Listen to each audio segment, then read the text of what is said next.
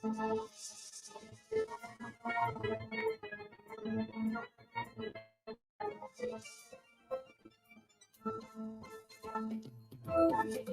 the afternoon time, 1:08.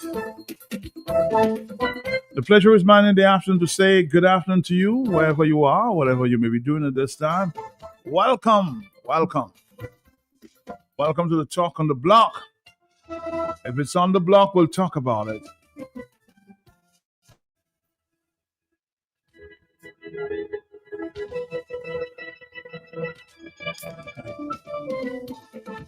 This afternoon, we have a message, a very serious message from a former politician, former parliamentarian,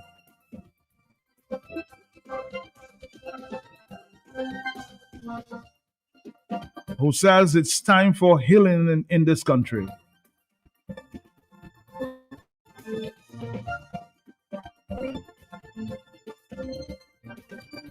The key to the message: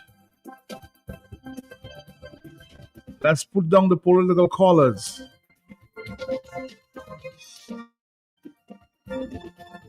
and build this country together.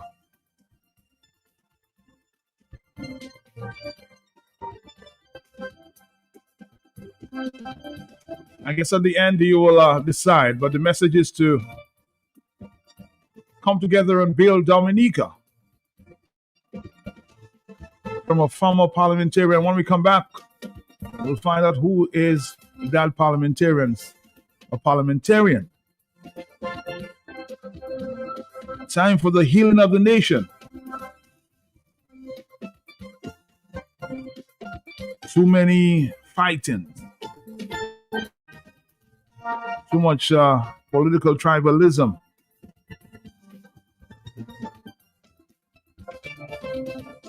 When all of us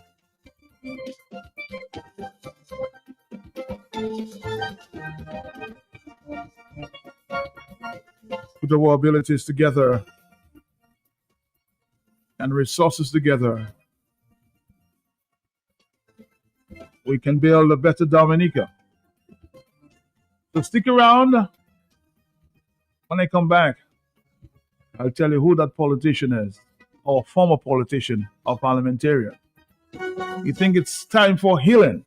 We're going to come back, Dominica, after this. Stick around.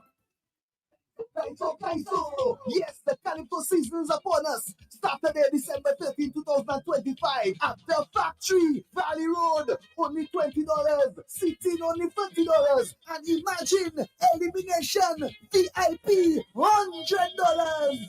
Come here at the beginning of the season and make sure you're there till the end. Many Calypsonians will be competing. Only 12 gladiators will make it. The grand eliminations for the 2026 Calypso season.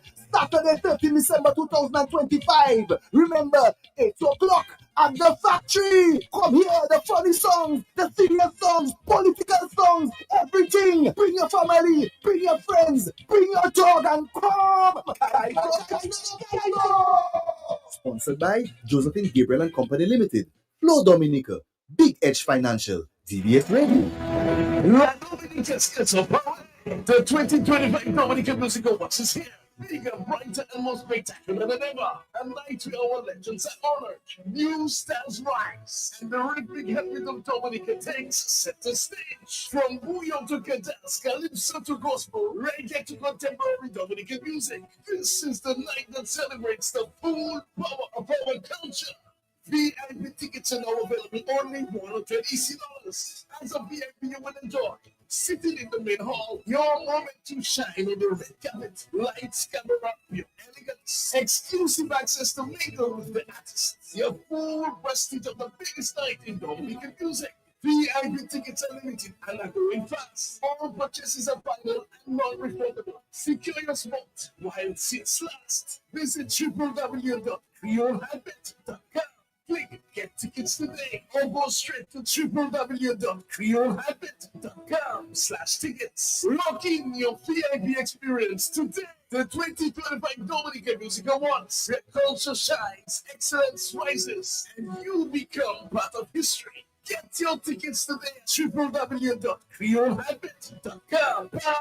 Manchester.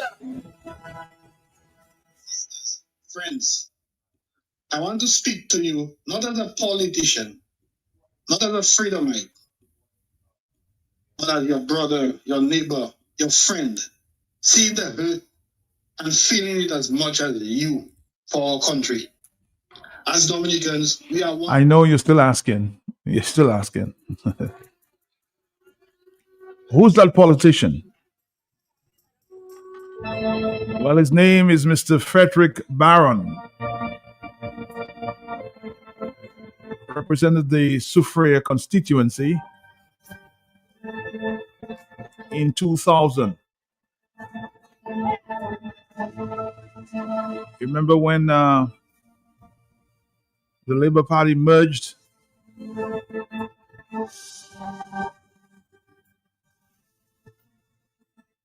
with the Freedom Party?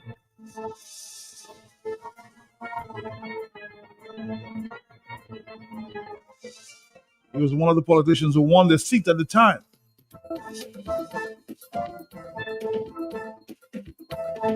But after, of course, witnessing everything that has happened for the past 25 years, Mr. Barron thinks it's time for healing of the nation. Let's take it again from the top, Mr. Frederick Barron. Frederick Barron. Sisters, friends, I want to speak to you not as a politician, not as a freedomite, but as your brother, your neighbor, your friend. See the hurt and feeling it as much as you for our country. As Dominicans, we are one people, bound not just by geography, but by history, culture, struggles, and hope. Over the years, we felt a heaviness. We've watched our beloved Dominica bear the weight of political divisions, economic uncertainty, natural disasters, and social fragmentation. Through it all, we've endured. We've been resilient. We've been patient. But endurance, resilience, and patience are not enough. We fought valiantly, but even that has not been enough. We are now at a crossroads. Now is the moment not to fight harder, but to feel deeper. To rebuild, not just buildings, but trust. To repair, not just roads, but relationships. My brothers and sisters, friends, it's time to heal Dominica. We must begin by facing the truth. Our politics has become a source of pain and division. Our individual party colors, red, green, blue, orange, yellow, or whatever it is, have replaced our shared flag as a symbol of identity. Families, churches, workplaces, and even villages are divided by the beliefs and the bitterness. This is not what democracy should be. This is not how Dominica should be. Democracy should empower, not divide.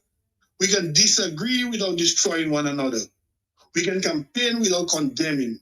We can lead without vilifying. Dominica is too small, too close-knit, too precious for us to be so torn apart. Whether you vote for the United Workers' Party, the Dominica Labour Party, the Freedom Party, or the UPP, whatever party, you are still Dominican. And we are all part of one nation, one destiny. Let us turn to a model, not personality. Let us raise the level of national conversation, because our democracy must be one of unity, not enmity. Dominica, it's time to heal. Too many of us are hurting in silence. Some of us speak out, some of us remain silent. But we are hurting. We have talent. All people are hardworking, creative, and resourceful. We're the kings of bouillon. We created a genre of music that the world enjoys. But many people still live with empty pockets, uncertain futures, and the heavy burden of having to make ends meet. Too many young people leave our shores because they see no opportunity here. Too many small businesses struggle to grow. Farmers are with markets, fisher folks are with fair prices, civil servants are with wages that reflect their worth. This cannot be the future we accept. We must build an economy that includes everyone, not just the few. Let's invest in agriculture with modern techniques, support our local entrepreneurs, expand tourism beyond the cruise port and into the communities, and use our natural resources to empower, not to exploit. Let us not just recover, let us rise. Because to heal our economy, restore dignity. Dominica, it's time to heal. We have always been a resilient people. No one can question that. We have faced storm after storm, hurricane after hurricane. We have stood back up every time. But resilience must be more than survival. It must mean preparation, transformation, and sustainability. Too many of our people still live in vulnerable homes. Communities still await infrastructure long after disaster strikes. Climate change is not tomorrow's threat, it is today's emergency. We need housing that can withstand storms, agriculture that can survive floods, and systems that can recover quickly and safely. We need not just to rebuild, but to reimagine. Because we will not heal as a nation if our people must constantly start over, and some are surviving and enjoying the spoils while most are struggling. Dominica, it's time to heal. Health is the foundation of any nation.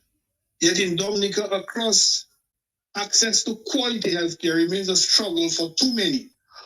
Our hospitals need more staff, better equipment, and consistent supplies. Our elderly people are often left behind. Our young people suffer in silence with depression, anxiety, and trauma. And too often there is nowhere to turn. Mental health is not a weakness, it is real, and it must be addressed. Our youth need empathy and direction. We cannot continue to leave them on their own. CWO cannot be the answer to every pain. In my recent visit to Dominica, I met a young man who was my neighbor. He wasn't my favorite person, but he had hopes, he had dreams. And I saw him by the Maho market, picking up garbage and ready to do anything to get a little something for the next hit. This young man is hurting and needs healing, like many others who are stuck and have nowhere to turn. We must strengthen our health systems, train and retrain our nurses and doctors, and build a culture that cares, truly cares for the vulnerable among us. Because healing must start with the health of our people. Dominica, it's time to heal. Our youth are the heartbeat of Dominica. Many of them feel lost, disconnected from the promise of a country they call home. Crime has begun to take root in places it never did before. Violence is no longer something we hear about, it's something we feel. Look at how many young men have lost their lives to murders because there's no hope. But this is not the destiny of our young people. They don't need condemnation, they need opportunity. They need mentorship, training, jobs, hope. We must invest in sports, in the arts, in vocational skills. We must not just physically, but emotionally and socially. Let us stop losing our young men to anger and our young women to despair. Let us heal their wounds so they don't pass it on to others. Hurt people hurt people. Dominica, it's time to heal. The time is now to revisit what the Dominica dream should look like. Not enrichment for the few and poverty for the many. It should be a place where we all as Dominicans feel a sense of belonging. We can be a proud people where while we would love to know the world, we can feel comfortable enough to stay at home and build a proud, strong nation of men and women who look out for each other, who turn to each other, and who can proudly say, I am Dominican and proud, and don't turn on each other. It's time to heal Dominica. Let us do it together.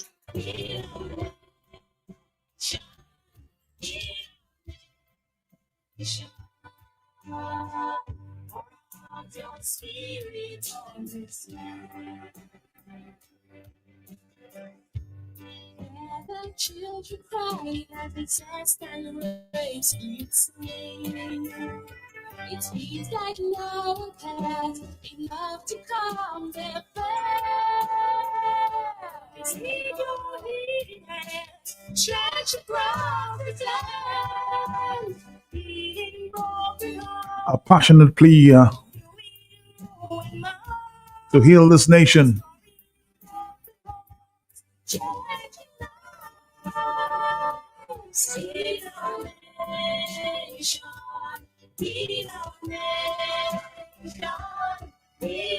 The question is,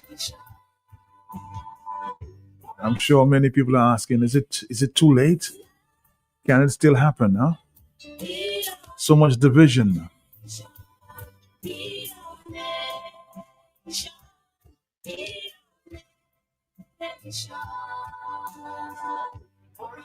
So much red and blue and yellow and green. Families fighting against each other for political reasons, partisan.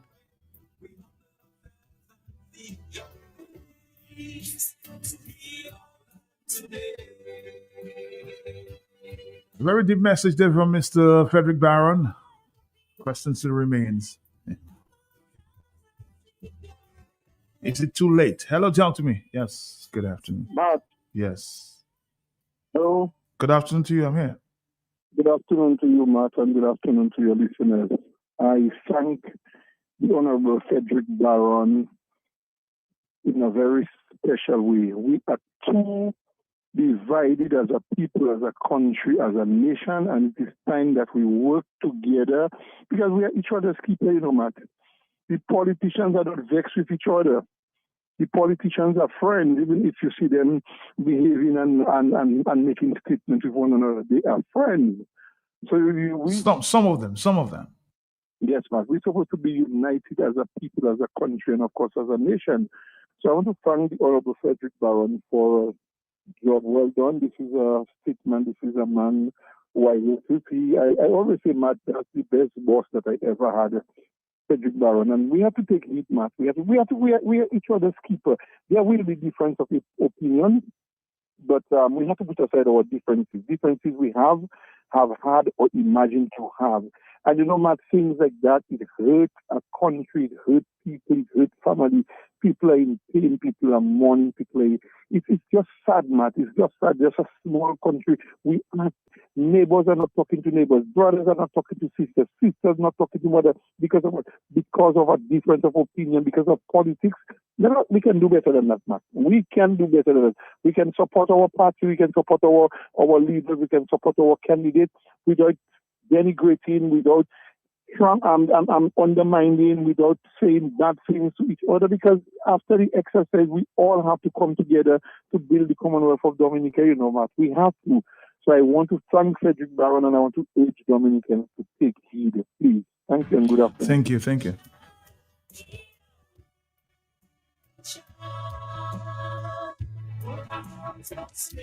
Someone can never be too late. To never be too late, huh?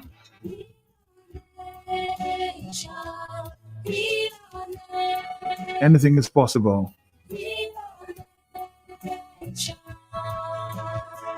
Pour out your spirit on this land.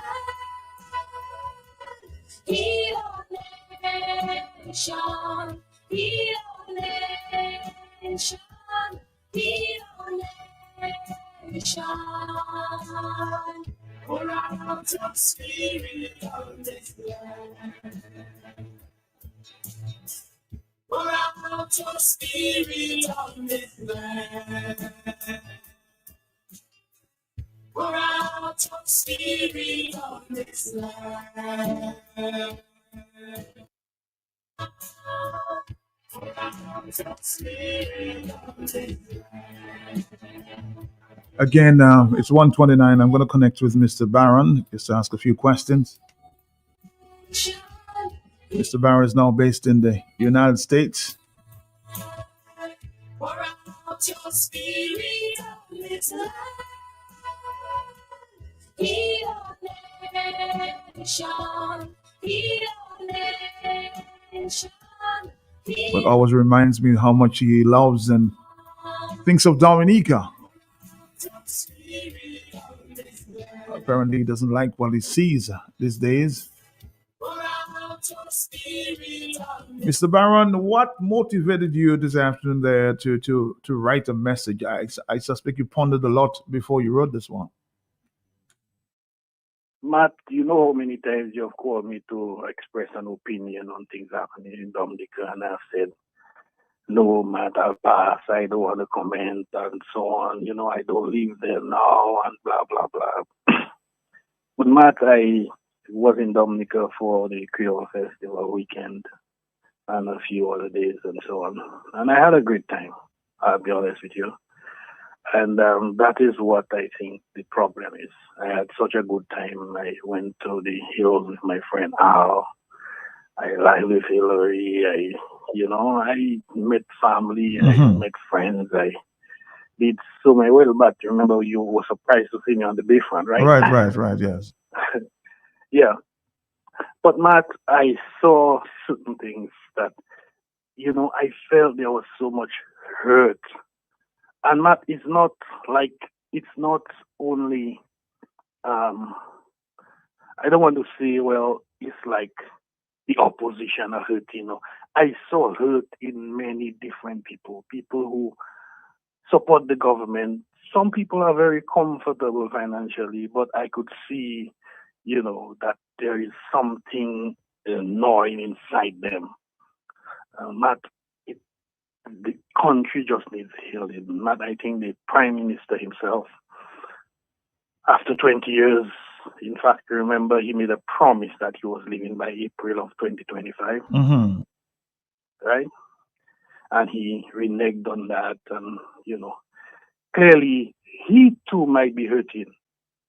It may not be the kind of hurt that we see, or we might think, well, why does he have to hurt? But I'm sure he wants to put up his feet and relax and so on and whatever. You remember he cried on the platform in St. Joseph, right? Yeah, I remember Saying that. he gave his youth away, etc., and so on. And, I sense that there is need for serious healing of so many people. Matt, I had an experience at Imahu Market, right? A young guy. I know he lived close to my area and stuff like that. And that guy was a proud young guy. I remember one time he was kind of troublesome and so on, and I had to pull him up for something he was doing, and he said, Shabby not look like me too then, and so on. And he had a certain pride. He had a job. He was doing something. And I saw this man literally by the Maho Market begging, looking for anything that he could match. That young man is hurting, and it expresses what many other young people are hurting. I saw somebody made a comment that there are several attempts at suicide every week and all of those things and so on. I mean, these things break my heart, honestly. And there's no opportunity to try to get a rehab center organized for the young people. So when there are issues, they have somewhere to go, somebody to talk to. And there's a stigma also attached to mental health in Dominica. When you go mad, quote unquote, there's a serious stigma, like they always consider, people throw it in your face. Like they don't allow you to cure. And I heard Charlamagne tha God on the Breakfast Club comment. He said that all the time. Hurt people hurt people. So if you hurting at somebody, you will hurt other people as well. And I think that is what is the critical issue with Dominica. No. Somebody's saying there on a WhatsApp message, before healing can happen, it is necessary to address the roots of our problems. When governments disregard fairness, dignity, and opportunity, struggle becomes the order of the day. It's inevitable. Would you agree? Well, Matt, you don't let me finish what I was saying, and the person would get the response in that. Charlamagne tha God says, hurt people hurt people. So when people hurt, they hurt others as well.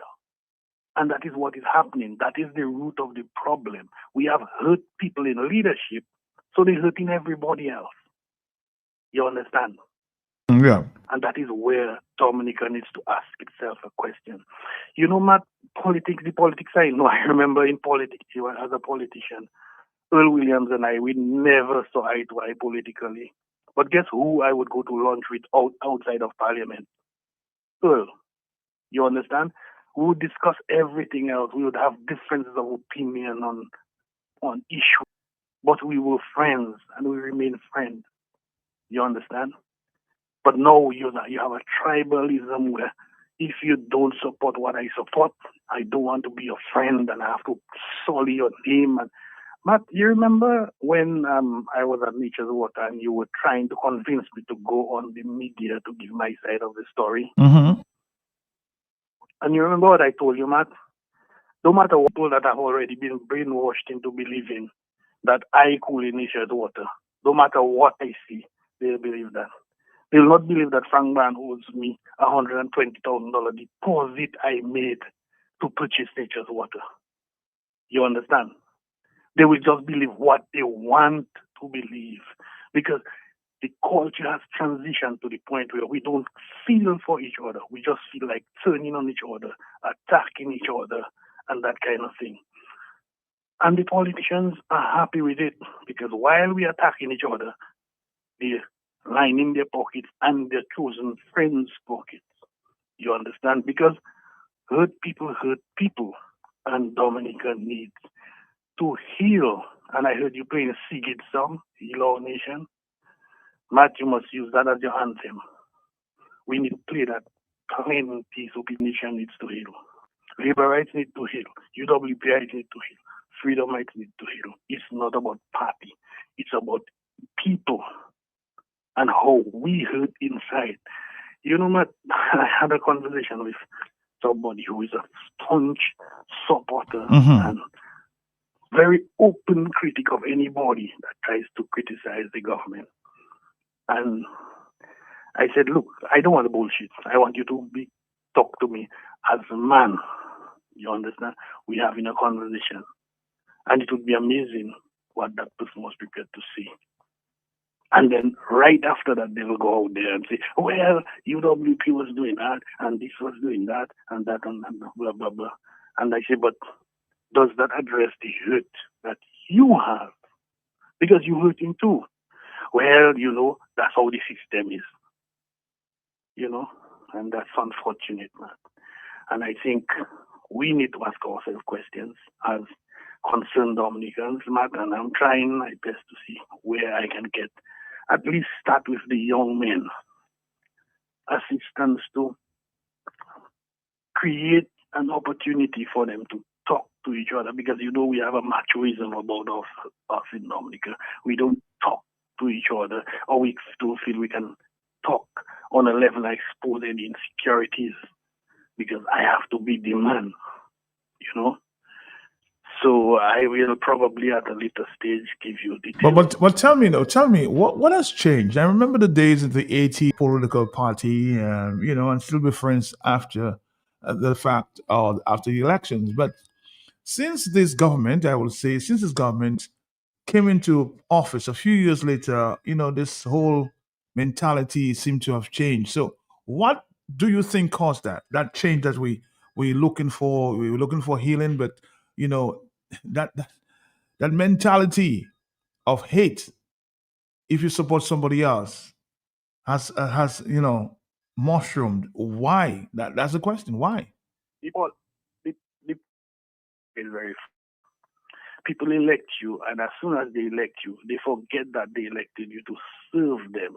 They almost have you like masters. I remember that as a politician, walking in certain areas, and this lady would say, "But Jim, you're a Belty boy, but you want to play with my fish." People who couldn't afford to feed themselves want to bring me their best fish, and I tell them, "No, I'm there supposed to be serving you, not you serving me, not you giving me your best fish." You know, man, I helped get a boat, and he made his soul rest in peace. And this man would go to Martinique and bring me rice and everything. I said, no, that's for your family. Use that, because he felt I helped him. But I said, but that's what I am there for, to serve you. You remember how much noise I was making until Reginald Austria had to ask me. But man, give me a break because I wanted the lands in Pori to belong to the people of Point Michel and Dominica in general. But, and every time I'd ask him a question about that, where Scott said, see, well, until it became a national priority. You understand? Because that is what you are there for, to serve people, not to enrich your pockets. But a lot of people go into politics because they see it as an opportunity to line their pockets. Matt, politics literally almost destroyed me financially. And to serve people come with requests and you try to help them and you maybe cannot. Now, somebody else is asking the question. I'm asking the questions based on the request I'm getting. Somebody saying, Matt, when the government tells its supporters to throw hot water on the opposition, the president is set for hate. Would you believe, or do you agree with that? And that's why I tell you, Matt, that's exactly the point. And that is why I really repeat again, hurt people. Because the person who made that statement is hurting. You can tell me what you want. He can get billions of dollars, but he's hurting. And the hurt he has not healed. And that is the problem with us. We need to talk to each other a little more. Make them understand. We shouldn't be too proud to feel, well, yes, I have this, that, and the other. Matt, you know what all of us have at the end of the day? Mm-hmm. A little hole in the ground, 6 feet deep. Sometimes it doesn't even go 6 feet again because people are tired. They cannot dig so deep, so they just dig enough for you to fit and whatever. That's all we have at the end of the day, and a clear conscience. Another comment, Matt. The caller sees the power that comes from the chaos benefit, and you're saying that Skerrit himself, it may be hurting, and hence the cries that we saw, in St. Joseph a couple of years ago. Of course, that is a cry of a hurting man. But the thing about this is people feel because he has power, he's not hurting. But he's hurting. I'm sure I cannot tell you I haven't had a discussion with Roosevelt Skerrit maybe or so 20 years. But I'm sure he were to sit with somebody and talk to them honestly, he would say, boy, I wish I could just walk out of this and live my life. You truly believe that? You understand? I am convinced. That's why he made the promise. When he made the promise, he was in reflective mode. That's why he cried. But he's hurting, and nobody is trying to help him. Because all of us, including me, trying to demonize him. You understand? He's a piece of shit. He's this, he's that, he's this. You understand? Because as far as we see it, he heard that plenty of us suffer is because of what he is doing or not doing. You understand? So what do you think? Do you think Dominicans and Dominica should forgive Mr. Roosevelt Skerrit at this stage, 25 years later? Well, if he's so adamant to continue hurt, then up to him. Because he can go to, and I know we are very forgiving people. He can go and say, well, yeah, I know I did some things that I shouldn't have done, but this is what, please forgive me. But he is not humble enough to do that. Until you can humble and acknowledge that you've hurt people, you will remain hurt and hurt more people. You understand? And that is the reality that exists in Dominica, a small nation of 70,000 people, with such a beautiful country just for us. And we cannot enjoy it how we would like to. And many of us come on vacation and we enjoy it and we post and boast and everything. But we go back to the comforts of our little cocoon where we live. You understand? Well, I get the feeling that, based on recent conversations about the environment and other issues, that persons are saying on the ground that Mr. Skerritt is not listening to the people. He's getting some good advice, but he's not listening. He's listening to a few, 10%, but not the majority of people in Dominica. Well, you see, Matt, until you acknowledge that you're hurting, you will keep hurting people. Are still hurting. You understand?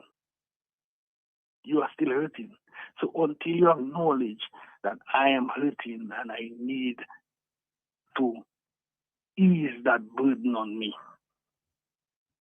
you will continue hurting people, because hurt people hurt people. And that is the reality. We need to heal. We need to look out. We need to stop demonizing each other.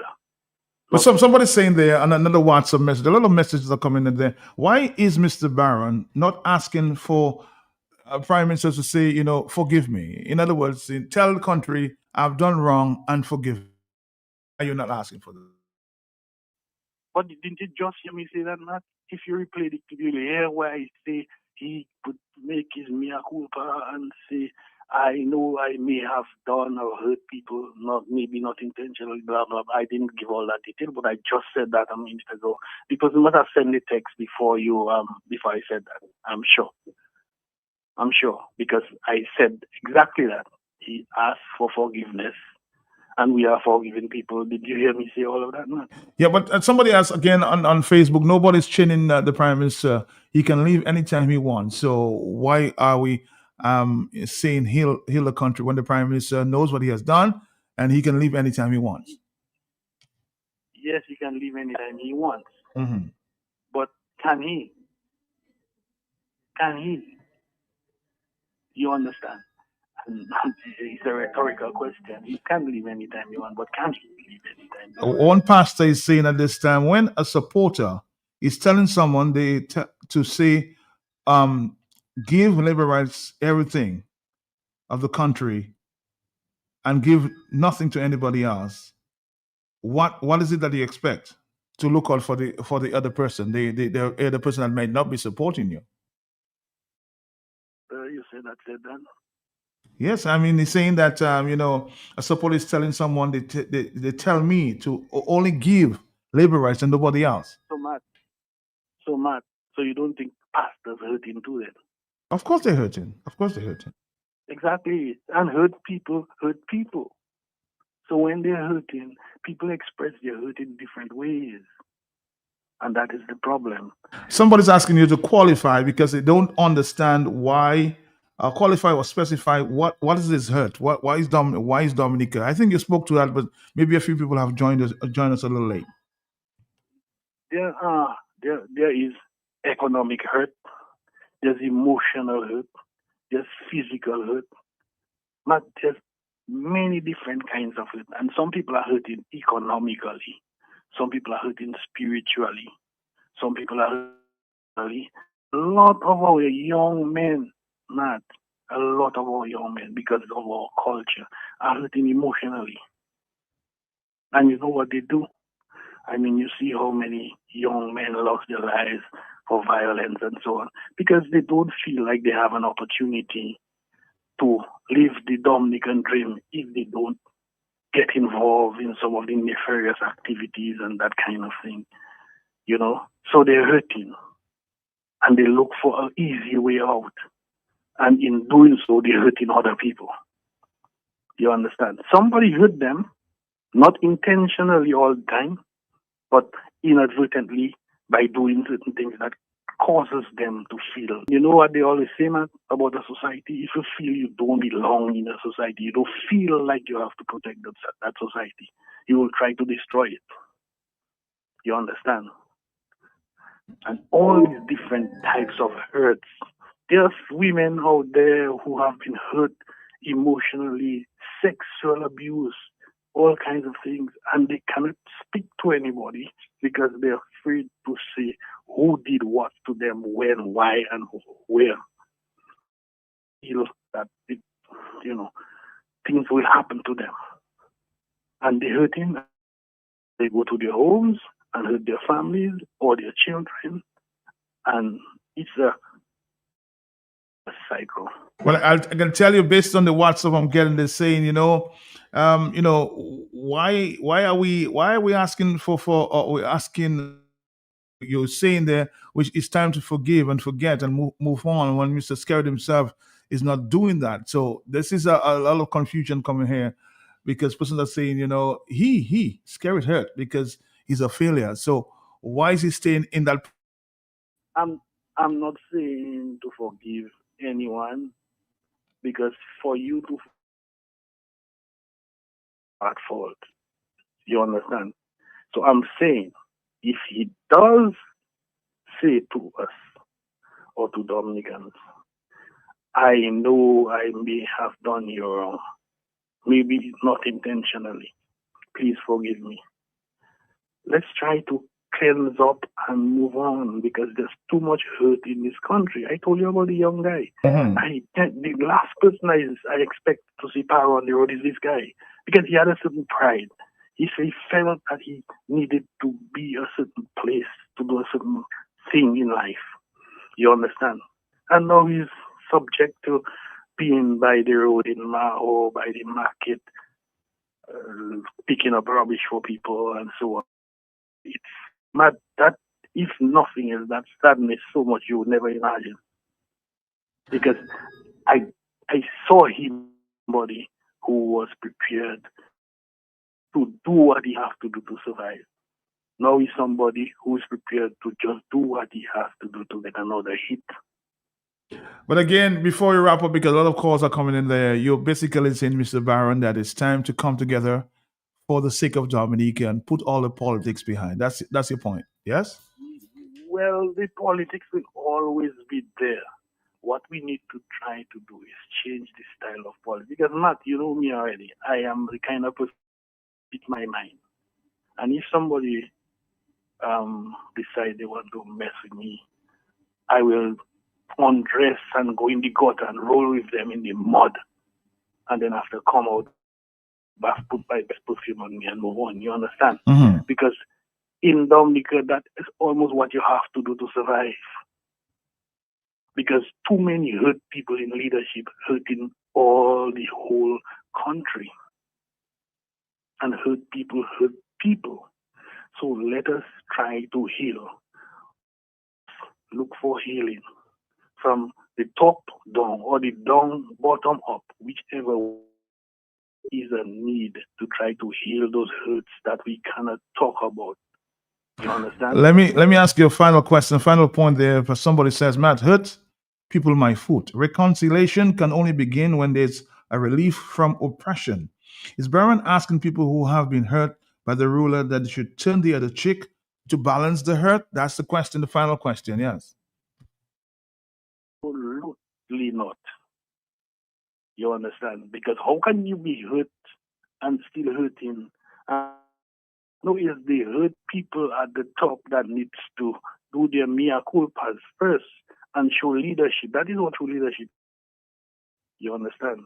And Matt, if at any point I hurt you or any of the listeners, if at any point I hurt you in anything, please, because I need to apologize. You understand? But you know how I try to live my life. I try to live my life where even people who do not respect me because I don't do things to hurt people. Then again, none of us is perfect. All right. Thank you, my brother, Frederick Barron. Let's take a few calls. Heal our nation. Heal our nation.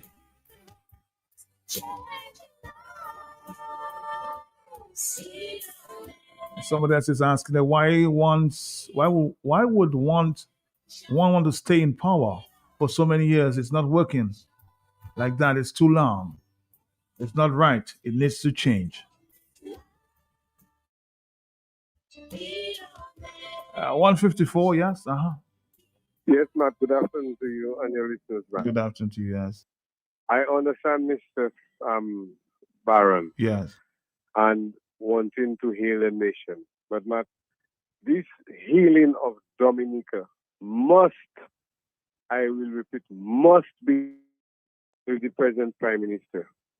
And man, these things he would have to do to help Dominica with the hurt and for us to go forward fast, man. He will never do it, man. He will continue hurting people, man. He will just has to give up almost everything he has and start back from one again. Do not if you want to that Dominican they feel better than where he hurt them, because I've been hurt by the Labour Party too, because I was looking somewhere and because I was calling the radio, a Labourite said so many things about me and my work, and he did not know how long I was in that particular field until a Frenchman who came into Dominica did not know me, believed him, and sent me home in 2022. Right? So I was hit there. But Roosevelt Skerrit has to do so much for that to fix up in Dominica. He will never do it, man. And so we will continue. All right. Somebody says, Mr. Barron, I think we missed that one. Mr. Barron should ask for forgiveness for putting the Labour Party in power in 2000.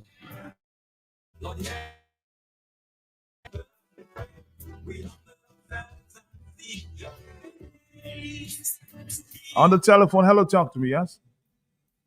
Yes. Hello. Yes, good afternoon. Good afternoon to you, sir.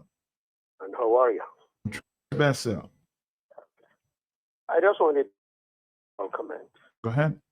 It is very clear to all Dominicans, all, that the subject matter is Roosevelt Skerrit. It is simple. It is because he's there too long. And it doesn't matter which party. If a man is long in your house, in the office, he becomes, most of the time, some to the people. Now, you as a leader, listening to the population, crying. No, you're not the only one with a brain or education. Somebody else can run the country. Somebody within the party. Why is the party sitting back and not electing a prime minister? Because we don't elect the prime minister. It is the party, the cabinet that elect the prime minister. A leader. A leader. So why?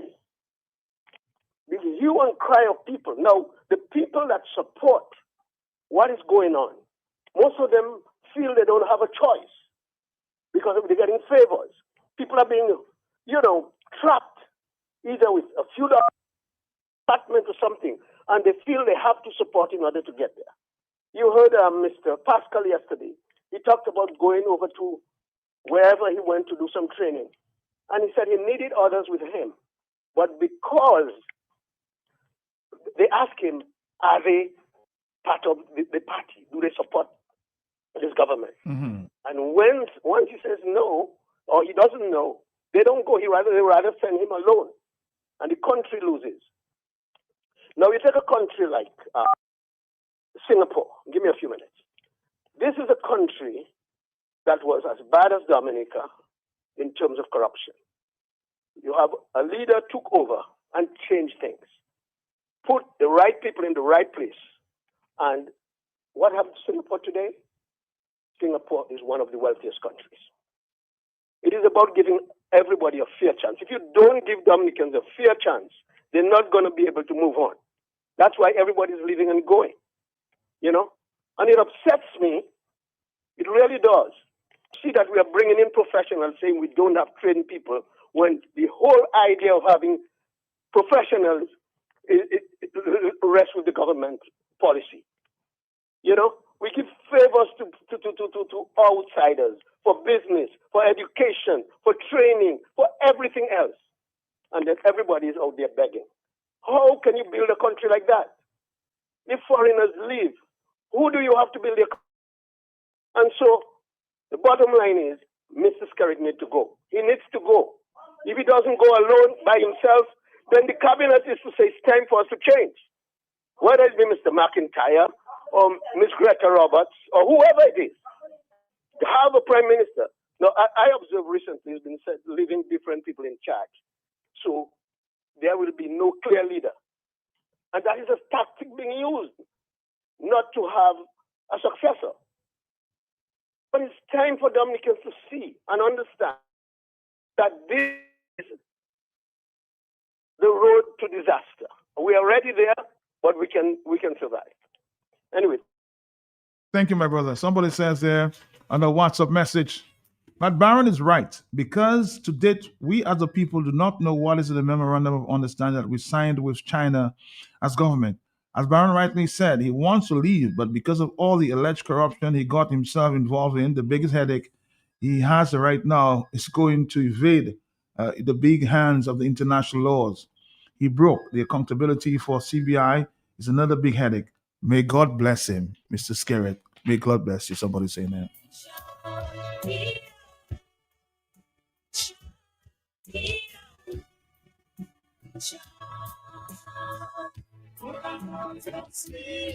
Healing will only stand or will only begin when the ruler falls. And that's my final WhatsApp message. I'm sure there are other messages there. I see a number of them on Facebook, but we might have a discussion on that. But let me ask my next guest his thoughts as we emerge into that discussion there. Mr. Andy Jolly, is it time to heal the nation? Is it time? I think so. To stop by, you have no interest in discussion. I just happen to be in the neighborhood, so I was like, I think Matt needs some company over here. Well, I mean, what's considered as healing? Because I think Dominica has a lot of potential. I just think the potential is being stifled. I don't think I think there's a lot of things that we missed and a lot of things that we need to clean up. The last caller said it correctly. We need somebody who has clear, good guidance as leadership to put things in place. And those things need to be monitored, and we can be progressive again. What about people who say that Mr. Skerritt over the past 25 years has been a good leader? Many people say that. Well, it's quite possible. It's quite possible that he's been a good leader. However, asking the question, what qualities do you think that Skerritt has? What's the strength that he has that others don't? Well, I think, first of all, he's a psychology major. So I think mentally he dominates a lot of the people that he's around. And anybody who's not as strong as him mentally, he will literally force out some way. Anybody who challenges him mentally, anybody who challenges his ideas mentally. He doesn't like educated people around? Not educated people, progressive or people with ideas either. Not just educated alone. I think if you come up and somehow you do not identify with the way that he moves, the way that he does business, I think you fall out of the circle very, very quick. And you become persona non grata, which means you can hang out around, but we're not going to keep you too close to anything. Because, he's done things way differently than a lot of other leaders. And I think a lot of the people around him have gotten the idea of how he works, and somehow he's attracted that sort of group. And there's a lot of self-interest in how Mr. Skerritt is. I mean, we've seen his self-interest over and over and over. It's been replayed to us so many times. So it's about him and nobody else? Well, I don't think it's about him. I think it's about what's to his benefit, and nothing else comes in the way of it. Does that make sense to you? It's what I want, and let's make it happen. I don't want to ask what Matt's idea is. I don't want anybody else's input in it. I don't want to find out whether if we do this, it will be good for, who it will be good for. Is it beneficial for my idea? Is my idea sound? And I don't care whether the idea is, well, let's build a road over here. And, well, if he builds it, maybe it might serve some people. But he doesn't want to hear Matt's idea. Well, the best way to build a road is on this side, service more people than if we build a road. No, that's the idea that he's going with. It's self-ideas. And then with self-ideas usually comes self-interest. Does that make sense? Mm-hmm. I mean, you have to honestly think. The government has purchased a number of vehicles, but has not thought, well, let's fix the road for everybody. And he's also, well, everything that I do at Morne Daniel, people say I do too much stuff at Morne Daniel. But you have to understand, you're building $1 million homes in Morne Daniel for yourself, but you're not investing any money anywhere else for the rest of the population. You're driving vehicles that nobody else can drive in Dominica, but you still have your countrymen that are walking or taking bus. We don't even have a bus stop as yet, but you're buying $100,000 cars. I mean, the idea here is not mentally sound. Yes, you may need a new car, and I agree with that.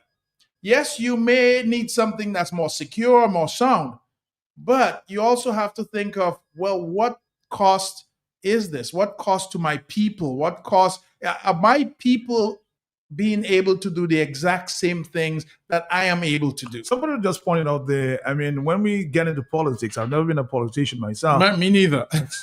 It's to serve. So we should be the servant. Well, I'll tell you something, Matt. The last group of people that we had in there as politicians came in there, and I'm going back to the old UWP days here. Edison James, you had Eugenia Charles.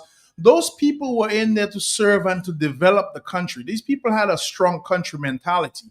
And I'm not here to say whether they did things wrong or right. But the new group that seems to be in has a very high self-awareness. If it doesn't benefit them to the majority, then it's not good. I'm not saying it's not going to benefit anybody else. It's going to benefit other people.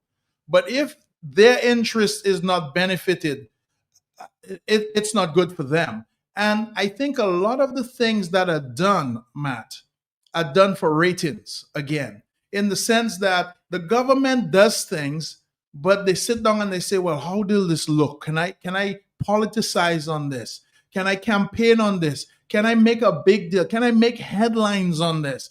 And a lot of things are done not because they benefit the people, not because they're good. They're headliners. They want people to see things, but that doesn't mean it's necessarily good for us.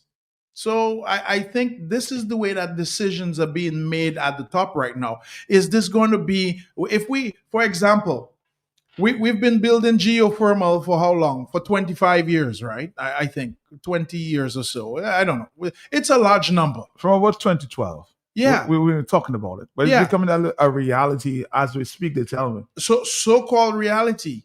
But nobody's talking about how long that has cost us and over time. A lot of money. If we had taken, for instance, that exact same money and maybe decided to build a solar farm, do you think we would have power by now? Oh, yes. If we had taken that money and maybe invested in a better, maybe a generator system, would we have a better electrical system by now? Because there's a lot of countries that don't have geothermal. There's a lot of countries that have invested in their infrastructure and they're doing better than us. I mean, St. Kitts doesn't use geothermal. St. Lucia, they've definitely hasn't got geothermals. St. Vincent doesn't have. And the question is, they're doing better than us. So why are we making headlines about something that nobody... Scared strengths. Just a short while ago, Yes. what you identified. What do you think are some of his weaknesses there? Well, I think his weaknesses are people. He doesn't embrace people. He doesn't embrace people and allow people's ideas or people to work. But some people say he's a social butterfly. He knows to get on the ground and stick Psychological social butterfly. Psychological. I think if you have to sit down and really interview Mr. Skerritt, or even put Mr. Skerritt in a point where you can ask him open and blank questions, you'll probably end up with some very unhappy answers. People who pretend or who pose themselves like that in public usually are not very internally satisfied people, because they have things on their mind. If you had to put him in front, if you had to bring Mr. Skerritt in front of a mic, most of his answers are prepared answers. Mr. Skerritt does not really take questions, straight off and honestly and really in front of a mic. We haven't had I would say, an interview that has had full integrity and transparency from Mr. Skerritt since probably the first year after he got into office. You spoke integrity, and it brought me to an issue as it relates to, I saw the, what commission? Oh, yes, the Integrity Commission. awarded Mr. Skerritt and Mr. Levi. Mr. Levi Peters. For integrity. I don't know what the scale was in terms of the use of judgment. But if you notice, the person who was handing out the awards for those also got an award as well, which was a little shocking to me. I don't know what the scale, Here's the thing. We've talked about Mr. Levi Peters on the show before because he's the AG. And we've talked about all the bills that have gone on there. And you know what was shocking to me? I got a call from Mr. Williams because, you know, obviously I Yes. mentioned his name on the show. Earl Williams, I mentioned his name on the show and said, look, this thing started with Mr. Earl Williams. And he called me up and he says, Andy, you know what? You're so right. I remember when Miss Francine Barron and Mr. Levi Peters decided that this bill It's for you. was for you. We're going to use this to come after you. And he said, 25 years later, nobody's come after me. I'm still waiting here for them. And you know what he said to me that was shocking? He said, yes, maybe they were coming after that one person who was in the UWP office. But what they didn't realize was that the other 6 or 7 of their supporters who were attorneys were doing much worse. So all those supporters that they had once they got into office, that bill, which is the Integrity. not the integrity, the lawyers, the one for the Oh, lawyers, the Professional Act. Yes, uh-huh. He said that will never come into existence, Andy. He said because yes, maybe they were coming after me, Andy, but they didn't realize that they had 6 or 7 other supporters that were doing even worse than what I was doing. But I mean, integrity. What is the scale for integrity to give Mr. Levi Peters and Mr. Skerritt an honor? And if you had to talk about integrity, transparency, all those things, I don't know if our prime minister should be receiving that because while he's been in public service for a very long while, I don't know if we should be giving people awards for time spent. Should we be giving them the awards for accomplishments? As a matter of fact, I got a text earlier. I read. The irony of the situation is that after such glowing words to describe the outstanding person who was in charge of chairperson, outstanding performance of the former chairman, along with the exceptional level of integrity, he was booted out. This very chairman Was he fired? was booted out of office for taking a principal position on a complaint in accordance with the law. Yes, he was. I know. So I mean, here it is. There's total. That's hypocrisy. there. Well, I don't think it is hypocrisy. I think, to tell you the honest truth, there's deniability in there. I mean, things are done to make headlines, and things are done to please people, and things are done to make people happy. We need to start being a more honest people. Here's what actually happened. We're not looking at things as they are. If we think our prime minister has integrity, then he should be disclosing all his bank accounts. If he thinks he has integrity, he should be doing a better job at disclosing the things he does. I mean, look, we just had this huge FUBA with the mining thing that you just had on your show, 2 days ago? And look at what happened. Here it is that the people had no idea what was going on. Here is that this has never been discussed in the public forum. And here it is that contracts are being signed in behind closed doors that none of the constituents of that community knows about. So how is that integrity in any way? You are the leader, right, of the political party, the ruling political party, but yet there's questions about integrity at every turn that we take. How is that possible? And then you get an integrity award. And we have contracts and MOUs that are being signed with China that today we have no idea what's on it. We don't even know if we're still Dominicans or if our passports might be a Chinese passport. Let's take a phone call. Alan, talk to me. Yes, are you there, caller? Yes, Matt. Good. I'm there. Yes, sir. That award was given to him for distraction, so that people could forget about Oh, you mean distraction? Okay. disaster that they are doing up in Debosh. That I believe that is really what they gave it to him for. Somebody suggesting that was just distraction. Well, it's quite possible. And here's the thing, Matt. As I said, I think Roosevelt Skerritt has a good strength. And his main strength, Matt, I'm going to tell you, is he is the absolute best spin doctor that I have ever seen. If something happened to me today and I needed it to go away or I needed it to have ulterior motive or distraction, that's the person that I would speak to, because I half the things that are done I cannot make sense about. Somebody's suggesting that he may be a good scam artist. Well, spin doctor, scam artist. I mean, call it what you want. But a lot of here's the problem. I'm a semi-intelligent person. Mm-hmm. I have a lot of business friends out there that I hang out with, whether it be in Dominica overseas. I have people that I collaborate with in several countries. Matt, there hasn't been a decision made in the last 5 years that I'm able to analyze reasonably and think of why was the decision made to go in this direction. There hasn't been one that I've been able to sit down and say, okay, Mr. Scarrett, you made a decision. You said yes on this. Please give us your ideas why this was a yes. And look at the last calamity in Daywash, right? Mm-hmm. Why was this a yes? Why was this a yes? Because from what he has been saying there, or his team has been saying, they wanted the large rocks to put on the foundation of the airport. So they have found a few rocks in that area. I think that's what they're putting forward. So these are rocks that we're digging for. And you can find the very rocks on the West Coast. Yeah, but these are rocks that we're digging for. And this was the excuse that we came up with. Yep.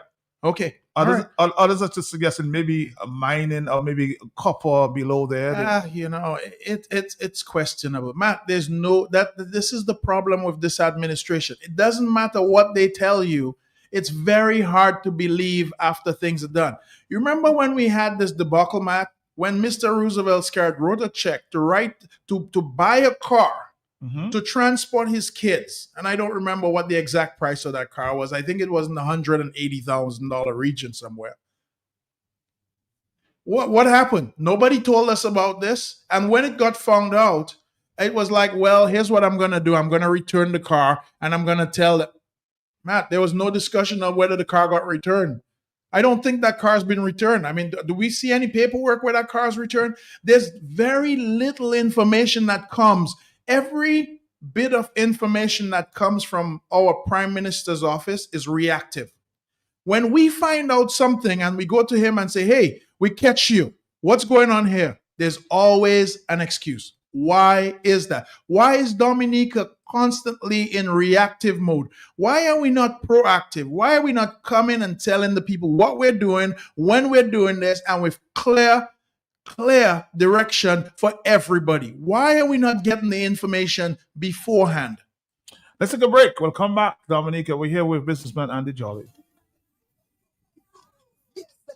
Seasons upon us. Saturday, December 13, 2025 at the factory, Valley Road. Only $20. Sitting only $50. And imagine elimination VIP $100. Come here at the beginning of the season and make sure you're there till the end. Many Calypsonians will be competing. Only 12 gladiators will make it. The grand eliminations for the 2026 Calypso season.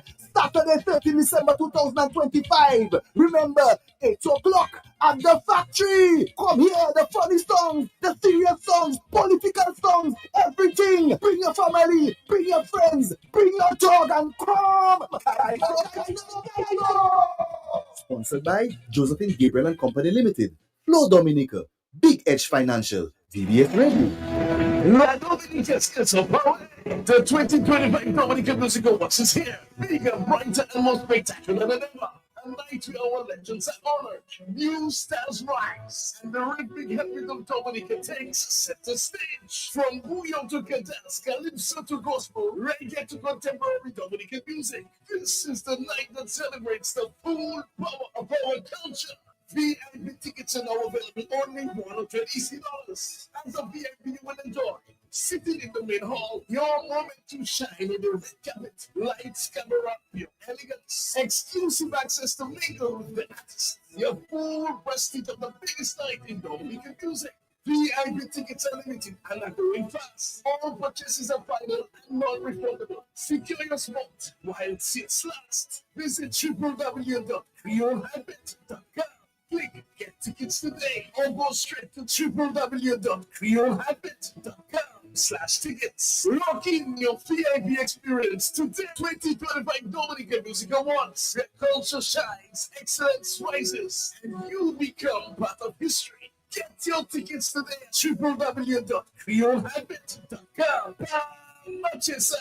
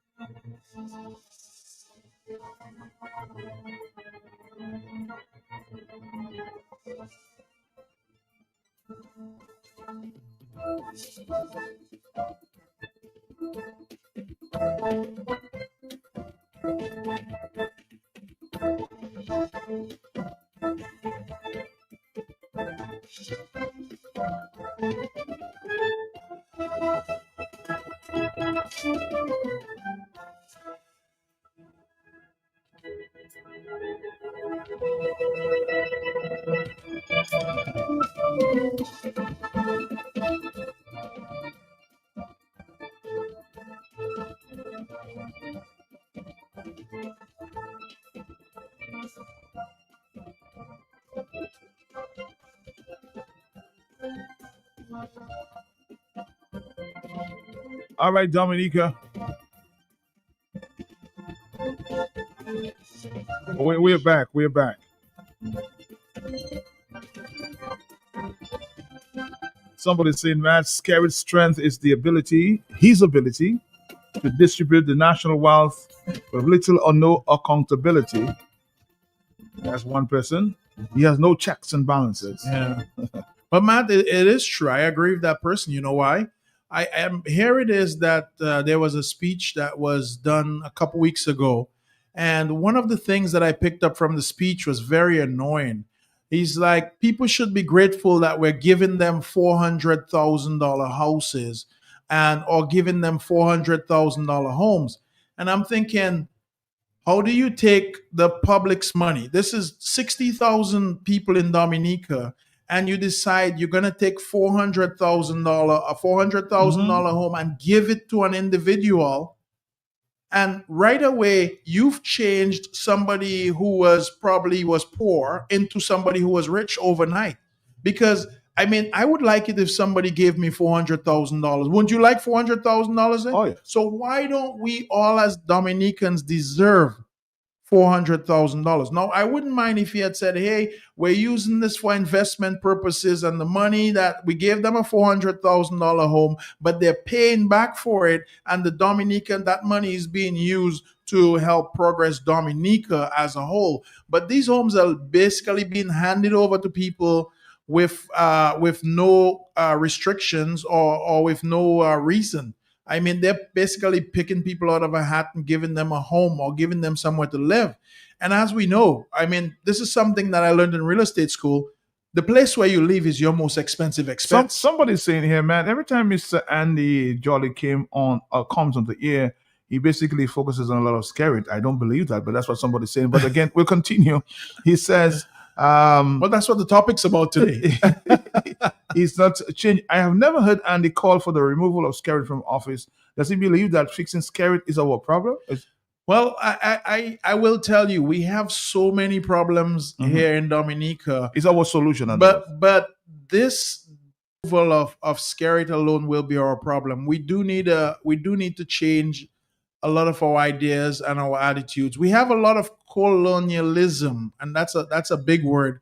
And I might get some heat for saying that in Dominica still. Dominica really does not want change. You don't think so? We're not ready. It's almost we're very complacent or comfortable with what we have and do nothing about it. And we're like, hey, we know it's not good, but it's okay. We haven't gotten a mentality that we need to do more, or we need more, or we need better.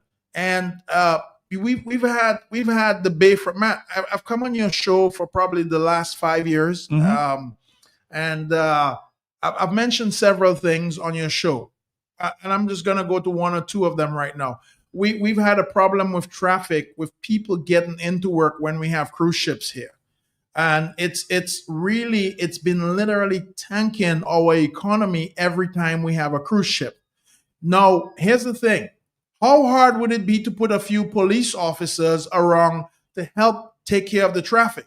Now, I can understand that we have bad traffic, but why is our police, our traffic police, or the person in charge, okay, I know we have bad traffic. Here's where we have the bad traffic. I'm going to distribute police officers all over to make sure we keep the traffic moving, to make sure we keep things moving, to make sure people are going in the right direction. Secondly speaking, Matt, I've talked on other things like, hey, we have traffic in Roseau.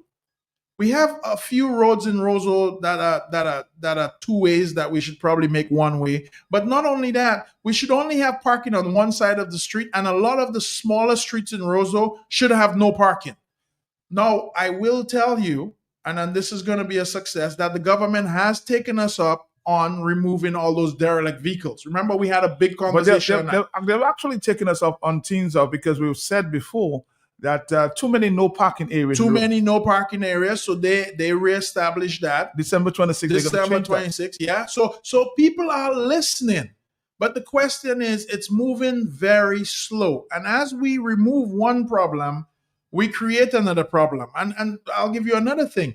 We had that coconut stand removal. Remember the coconut stand removal across the bridge? Well, as soon as the coconut stand removed, then it's back again. So, I mean, are we going to see the Defense Force go? And I'm just saying, where are we going? And then we had the Independence Street thing, where we had the removal of the bench, and the next day the bench showed back up. You know what I mean? So it's like, are we really ready for progress in Dominica? Are we just doing things and then redoing them or changing them? So we need to get a straightforward moving idea. And where we're lacking here is not just with Mr. Scarrett. Mr. Scarrett is the leader. And I believe the pace or the course is set by the leader. But we need to set some goals. We need to say our goal is going to be this, and we all as Dominicans need to try to accomplish it. I think, I would agree with that. Attitude. Attitude is yes, that's what I'm saying. Our mentality, our attitude, and that will help determine our amplitude when we go forward and how high we go. I think you brought to my attention sometime this week, you're very concerned about this, the number of young men we see on the streets. Yeah. I mean, if you've looked, Matt, within the last probably 3 years, it's been steadily increasing. And you know what, Matt? Most of these guys that I'm seeing on the street, no shirt, underwear, walking around, begging people for money, a lot of times harassing the tourists, and probably doing some vandalism as well. The question is, what are we going to look like next year? So we have all these young men who are probably in better condition than you and me. I know you and me, we have a little belly now. We're up there in age a little bit, but these are young people. I mean, you have Mikey Elwin, you have Pellon Elwin, and then you have one that's over by Jolly's over there, and then you have one that's over on you have so many of them on the KFC, all over KFC. They come from all over the country. All over the country, and they're just being dumped in the capital. Now, keep in mind, man, we have a tourism minister that says tourism is on the rise, but she's doing nothing about that. We have several other different departments, including a minister of health, that's doing nothing about this right now. Our so-called representative from Roseau, who is what? Miss Melissa Scarrett, who's doing nothing about improving the looks of Roseau with these people. But here it is, Matt, that we have to bring this to light. So my ideas for bringing things to light is the fact that we would like somebody to do something about these things. We really want people to look at these things and say, how can we improve Roseau? Okay, maybe we don't have how many $1 million did we get from Saudi Arabia? Or did we even get the money from Saudi Arabia? They say it's coming down. It's coming down. The money that we get from Saudi Arabia to make Roseau into a city. But can we do something about the homelessness in Roseau? And remember back in our days, I mean, yeah. when we were younger, I don't know if you remember that, but there was Ugly Willie and maybe there was Jolly and there was maybe 2 or 3 people. But right now, Matt, we probably have 10, 20 guys on the road walking around in underwear asking for money in deplorable lifestyle. It's really sinful. Huh? Is that what we're going to? And this is how we want to make Roseau look. And then we bring tourist ships to Roseau so that everybody can see this in Roseau, our capital, which by the way, I'm gonna get this right, which Melissa Scarrett said was what, one of the best cities in the Caribbean? I don't think so. They would make it one of the best cities. Oh, they're gonna make it. Okay, it's not right now, but they're gonna make it. When? On the telephone. Hello, talk to me. Yes, it's Sam. Matt, Yes. Mr. Jolly, good afternoon. So many crazy statements have been made in this country about getting rid of, picking up all the crazy paros and getting them off.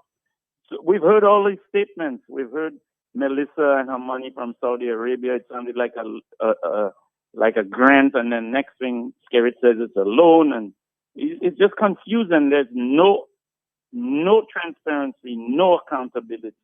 That money will come and go and disappear into wherever. But it is just so confusing. There's nothing structural. And the people, the citizens, are not involved in the process. You know, there's a clip of Melissa saying, oh, she doesn't want to be a minister because she's just working for the people in Roseau. Yeah, she just wants to be the representative. But, you know, I could query that, but I won't. But it's very confusing, gentlemen. And I don't know what is our direction that we can take. But I believe that Roosevelt Skerritt is the root cause. He has created that cloud. He has created that cloud of opaqueness. Okay. That we cannot see where we're going. Everything is hidden. And the money, the accountability for all our CBI money is totally hidden. And it is disappearing. We will never get that money back. We will never know where it is. I recently watched a documentary of how these guys do this stuff. And they make it impossible for you to track down that money. So CBI money is gone. So we are being conned. And the only thing I can say is do not vote for these kind of politicians. All right, caller. Somebody's saying Mr. Jolly comes on the radio all the time. Why don't you offer a scholarship, Mr. Jolly, to somebody out there? Because why don't you sponsor school feeding programs for the lunch for the kids? Matt, I have no problem with doing these programs, but I want them to be structured.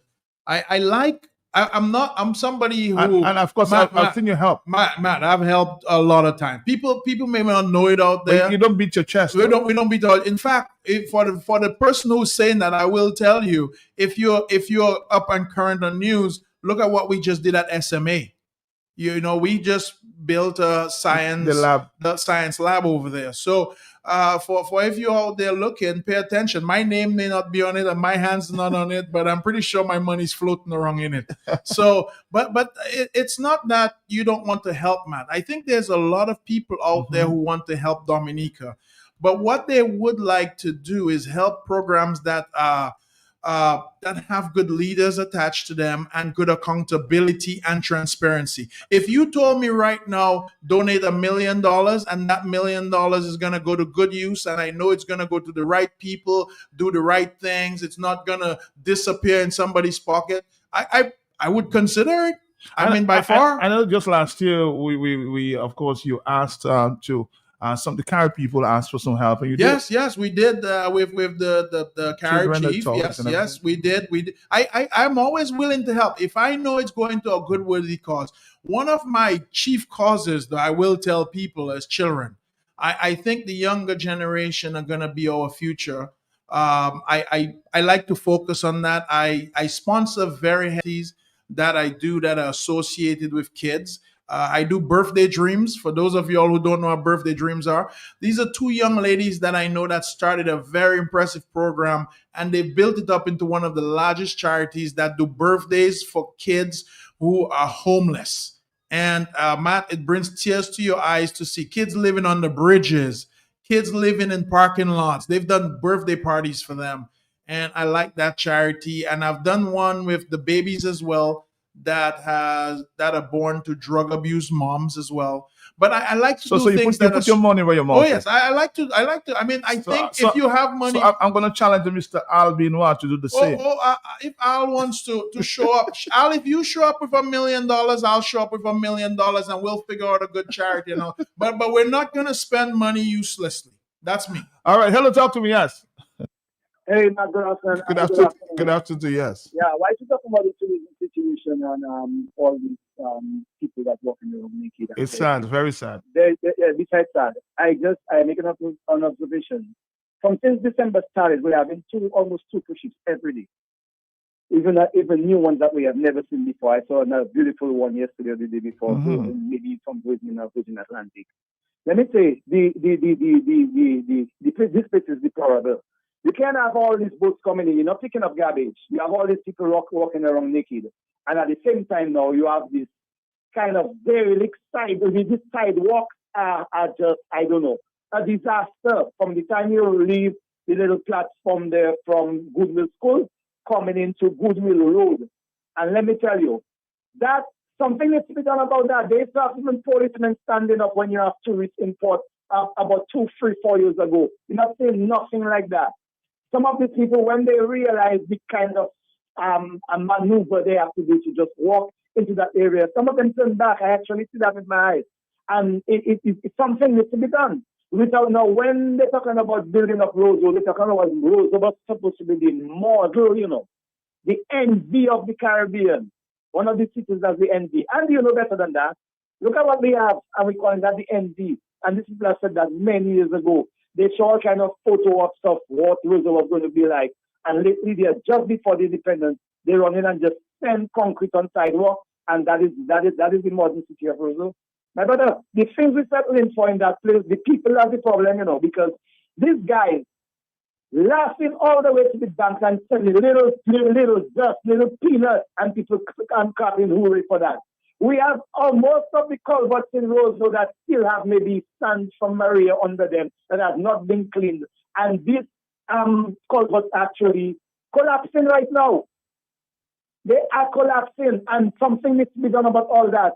So when you're talking about the development and the fixing of Roseau, it has to go further than just showing concrete on the sidewalk when people coming for independence. Have a good one. Have a good one, Andy. In terms of the people we see walking around Roseau, quote unquote, they call them paros. Mentally ill. We don't want to call them paros. But you know that's the color culture. That's the color. Yes. People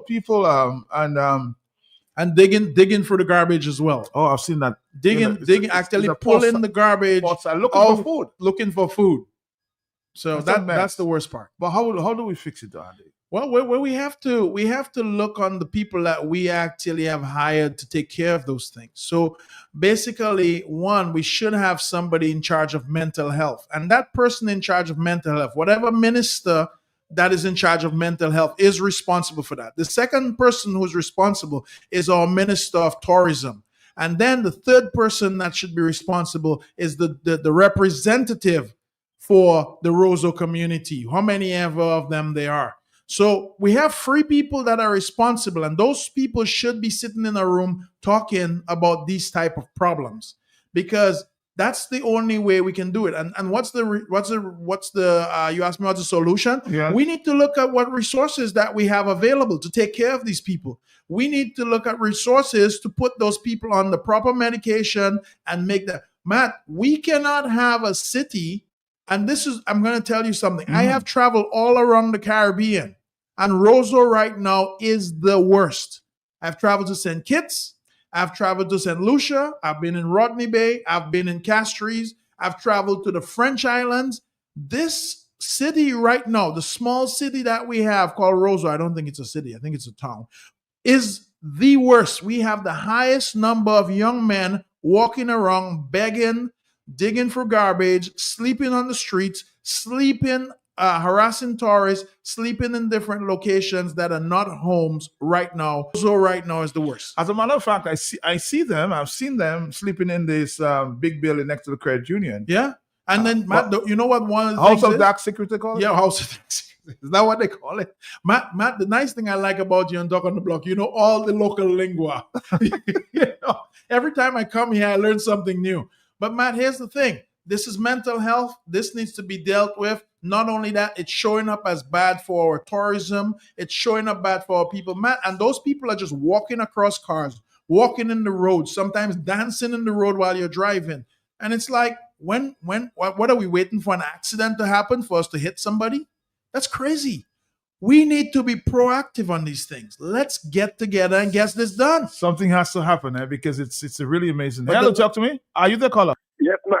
Yes, ma'am. Yes, Just sir. as Mr. Jolly talk about mental health, and we have to get somebody Yes. in charge of the mental health, whatever. But whoever is going to be in charge of mental health, we need to get a mental health check. But ma'am, we are paying Garacan for asphalt in Dominica, and I know exactly why we having all those potholes. I worked with Garacan for 3.5 years. But the soil, the sand they are using to make the asphalt has a lot of soil in it. I worked where the crusher is in Collier, and when rain falls, all around where the sand is brown, so it has a lot of soil. And that is the first thing we need to do, get something done with that, and get them to do a proper job with that, so that we can have proper sand going out. Because if you see the sand that Paris produces, I'm not doing anything for Paris, I'm not advertising Paris. It is black. But if you see the sand using in Collier, it's a completely different color, man. Good afternoon. Good afternoon to you. I think you jumped from, mentally ill health to Tarish. Hello, talk to me. Are you there? Hey, yeah, I just called to add something there. This garbage problem with fellas going through, that's not a mental health issue, you know. Not only these mentally ill people are doing that, you know, right now you have hungry people Yeah, boy. doing that. Because I have seen guys who pass well dressed up in the day, and when night time falls, they come with their gloves, they come organizer, they come with their gloves to sift through the rubbish. They come with their plastic bags. When I used to think that guys were looking for bones for dogs, one day after a guy actually collected all his stuff from the corner there, he walked to the Cherry Lodge building on the corner of Great Marlborough Street and Kennedy Avenue, and he sat down there and started eating. That's Oh, when my all of the God. guys were Wow. stepped out. And that has nothing to do with a mentally ill person. This guy would pass there every day and kill everybody, well dressed. He has his chain in his neck, he has his watch on his hand, he has shades in his eyes, he's well dressed. But in night, when nighttime falls, he goes to the garbage to look for, and he's not the only one. So that's what a mental health issue problem to do with the garbage. You have other people that are hungry, and when the sun sets, they go to do what they have to do to find food. Have a good day. Have a good day. That's a very sad story. Yeah. Well, we don't need a lot of stories like that. But Matt, the caller touched on something that's near and dear to my heart: garbage and garbage collection. But it seems to be getting worse. Well, Matt, here's the thing. I'm here to make a personal plea to all the voting population of Dominica. I'm here to tell you that if you see, when you decide to vote for somebody that will pick up your garbage. Because Matt, I cannot take it anymore. Matt, I think I'm losing my Matt. I have. Did I tell you I have a dark room at home? I go in my dark room and I sit down and I think, Matt, I was there for a little while this week. I spent about an hour in the dark room. And one of the things that was creating most anxiety in my life was the fact my garbage was not being picked up and my bin was full. And anytime my bin... You live in the Wallhouse area? I live in Wallhouse. Shakira's neighbor. But you're not the only one complaining from Wallhouse. No. I'm Shakira's neighbor. If Shakira is out there, I'm going to tell you your community is being depreciated by the amount of garbage. But, Matt, so I decided, before I tell her that, I decided that I'm going to go ahead and take things into my own hands because this is the type of person I am. If something's not working out for me, I make it work out for me. So I called a guy yesterday, Matt, and I said, look, you need to come pick up all the garbage at all my buildings. So I decided I'm going to pick him up, pay him, get the money. It doesn't really matter. The money doesn't matter because I don't want rodents, leptospirosis, rats, all that stuff around my building. Because, Matt, you have to understand, when you put garbage outside, it's feeding all that stuff. And then you have to spend more money on pest extermination than you would need. So it's cheaper for me to pick up the garbage rather than to see the rats, the cockroaches, the flies, and everything else. So I did, man. I called a few of my neighbors up and I said, look, you guys are on board as well. I'm going to go ahead and pick up the garbage. You guys will just tip the guy and put money in. $400 later, man, I picked up garbage for several buildings all around the neighborhood, my apartment buildings. I picked those up. I got that ready. I gave the guy the $400, Matt, and I felt so relieved. The guy decided the $400. Remember, he has to pay Labas to go dump it. Plus, he had to pay the guy who's putting the garbage. And a lot of the garbage that was up there had been up there for over a month and a half. So it had worms. It was basically composting. I didn't have a problem with the guy's fee. I paid him. Matt, I'm driving up at my home this afternoon, and guess what I see? More garbage? No, a garbage truck. I took a picture of it, and I was so upset, man. I could have attacked that garbage truck, you know. I mean, I got so upset that yesterday at 1 o'clock, I picked up my garbage. Today at 12 o'clock, there's a garbage truck that's passing through my neighborhood, running through, taking empty garbage cans and just tossing them out. And I'm thinking, God, Jesus, where did I go wrong? Matt, this thing is beginning to frustrate me. I just paid $400. And Matt, I'm not upset that I paid the $400. It's just if I knew the garbage truck was coming today, I could have had a nice dinner with you or something. We could have gone to Oasis or something and have a nice dinner between the two of us for that $400. Hold on the telephone. Are you there? Are you there? Yeah, I'm there, Matt. Good afternoon. Good afternoon to you. Matt, step aside. Let me have a little talk with Johnny. I'm here, yeah. Let me ask you a question. As a pharmacist, is there any medication that can treat color blindness? No, not that I know of. Blindness itself is either usually surgery or no color blindness. Nothing, none. That's no. Good. Now, why are you politicizing everything in Dominica? Garbage disposal, everything. Why are you politicizing it?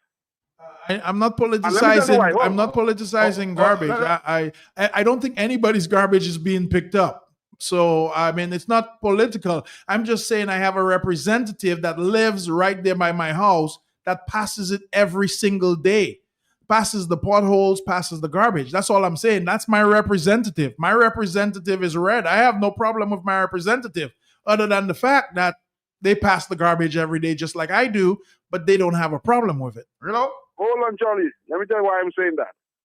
I listen to the radio every day. And sometimes I stumble on the other radio station. And it doesn't seem like those on the other side have a problem with the garbage. It seems like it's a UPP problem. So you think because, I was actually told that by one of my neighbors, Matt, because since I moved to Wall House, I came back in October 15th. Since I moved to Wall House in October 15th, garbage collection has stopped in Wall House. So you could be right. That basically it could be I'm up there and they stop picking up garbage in Wall House. Because I have never heard, with all the problems we're talking, take for instance this thing happening in Day Branch. I have not heard one laborite speak publicly against it. We have this rubbish problem. I have not heard not one laborite speak publicly against it. It's like they don't have a problem. It's like Dominica is an El Dorado city for the laborites. My goodness. Well. The truth is that here's what it is called. I mean, I don't listen when I look at Dominica, I don't see red black. I think if all of us get leptospirosis from the garbage, Roseau, and I'm going to tell you, Matt, I do not think it's a personal Wall House problem because I go up Mont Daniel by my mother and she doesn't get, and I go up Santa Roma by my brother and he doesn't get his garbage picked up. And I'm thinking, it's not just me alone. So I'm not here complaining and crying to you like I'm the only one feeling the pain. I am just saying, how is that, since the mood is red in Dominica right now, we have 17, 18, 19 representatives that are all red. How is that they pass by the garbage every day and they don't see it? How is that the police officers pass by the garbage? How is that does the nurses pass by the garbage? And Matt, you know what I worry about? My garbage is one bin. I barely have any garbage. But how does the hospital garbage get picked up? How does the prison garbage get picked up? How does the police officer garbage get picked up? How does the fire station? How do they pick up garbage in the schools? Because if they're not picking up my garbage, it's not just me. It's all these people that are involved in this thing. And this is one Dominica. This is us as a people. And Matt, I don't know if your garbage is being picked up. Maybe they know you better, or they say, but it's all of us. And I don't want to sit here and think it's just one person. So why are they not talking about it? Because they're ashamed about it. As a matter of fact, with all this issue going up there in the Dave Branch area, this afternoon, somebody sent me a WhatsApp, and I got a picture before that so I can compare, contrast how it looked before. Somebody is actually feeding a video out there to say that the river in Concord was brown. It was brown. It Yeah, was brown, I saw it. What I saw this morning from this person that was trying to create a message out there, that is clear. And we all know it's brown. So why is somebody trying to spread propaganda? This thing is clear. Well, Matt, here's the why, thing. Why people behave like that? Here's the thing. And we all know the truth. You remember last week I told you I gave up because I was in that room? Yes. Here's my thing. If we cannot trust our administration to pick up garbage, I mean, this is simple. Garbage collection is the basic. If you cannot change a baby diaper, why should you even have a baby? If you cannot do the most basic thing necessary for us as human beings, and I consider garbage collection our most basic need in Dominica, man. And maybe some other person might tell different. But how can we even trust any of the 19 politicians that are going up to Parliament that live in Dominica every day? How can we ever in Dominica vote for any one of those people anymore? They're all poison. As a matter of fact, I had the opportunity at the one news conference to say, Mr. Prime Minister, if garbage was one criteria for elections, you guys would have lost already. I think if we ever have an election and garbage collection is not discussed at the podium, Matt, I would be disappointed. Let's take a phone call. Are you there, caller?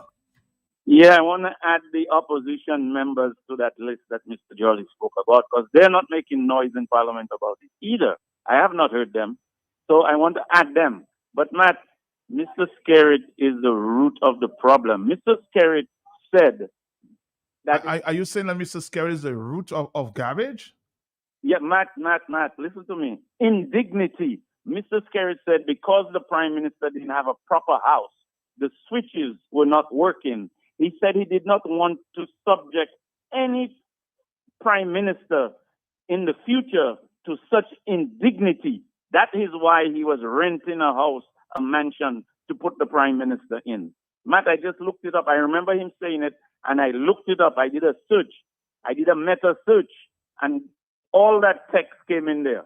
He doesn't want any other Prime Minister to be subject to that. Now, when I read that, I'm saying to myself, but what about the citizens?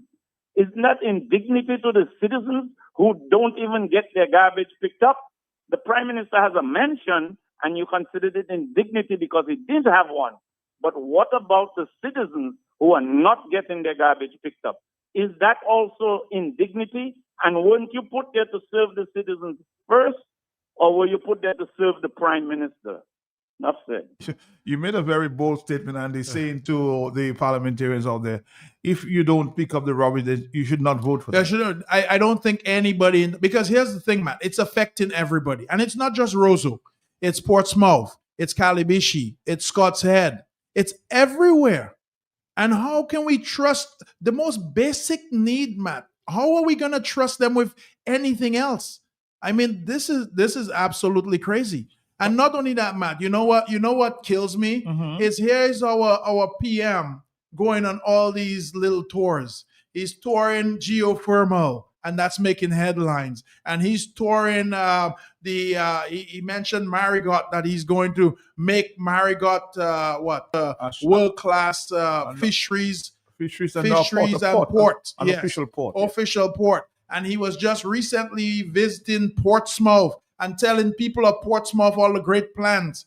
And I'm thinking, what's going on over here? Why is our PM on tour and he's not seeing the garbage? He's not seeing the poor people of Dominica. He's not seeing that people are not progressing. But yet, online, if you have to show him, he's being shown as a king and everything is great and we're doing so much for Dominica. Let's start with number one. The basic need of Dominica is picking up the garbage in Dominica and keeping Dominica clean. I thought we had some new trucks, but we'll come back to that question. Hello, talk to me.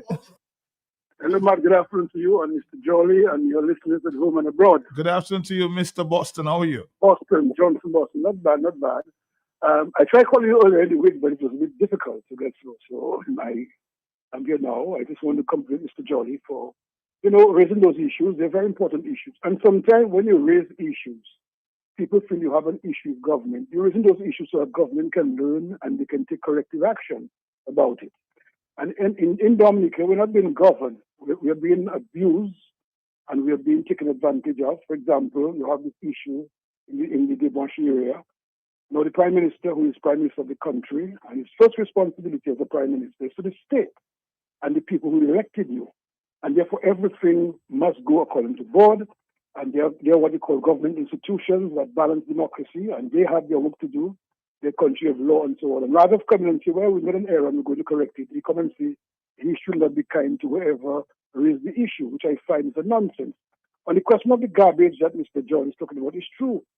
Because when Mayor Motley was coming for this rally in Dublin, I was on my way to going up north. And I saw several dumpers were moving garbage from that area into La Basse. So they were cleaning actually for Mayor Motley. I don't know if for eyes to see we clean or if for not to get, any disease from our garbage, but they were cleaning. So therefore they understand that this thing has to be done. And Mr. John is right. If you can't pick a basic thing like garbage, I mean, I don't want to go out from the topic, but you go to the hospital, it's a chaos. Garbage is a chaos. I mean, our laws. I was visiting the people on the Bayfront, the top people who sell there, and there's a young guy who comes there and he stands by the stall and wave a US dollar. And when he waves US dollar, some tourists give him $1, or some of them just busily move from the area, so the people complaining that they're not getting paid because the guy by their booth, and therefore when they raise the money, the tourists just pass them straight. Some tourists will be there watching to see what they can buy and just go.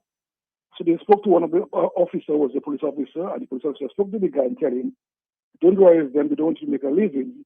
You can be off them, but don't go to their booth. Just stay away from their booth, and so on.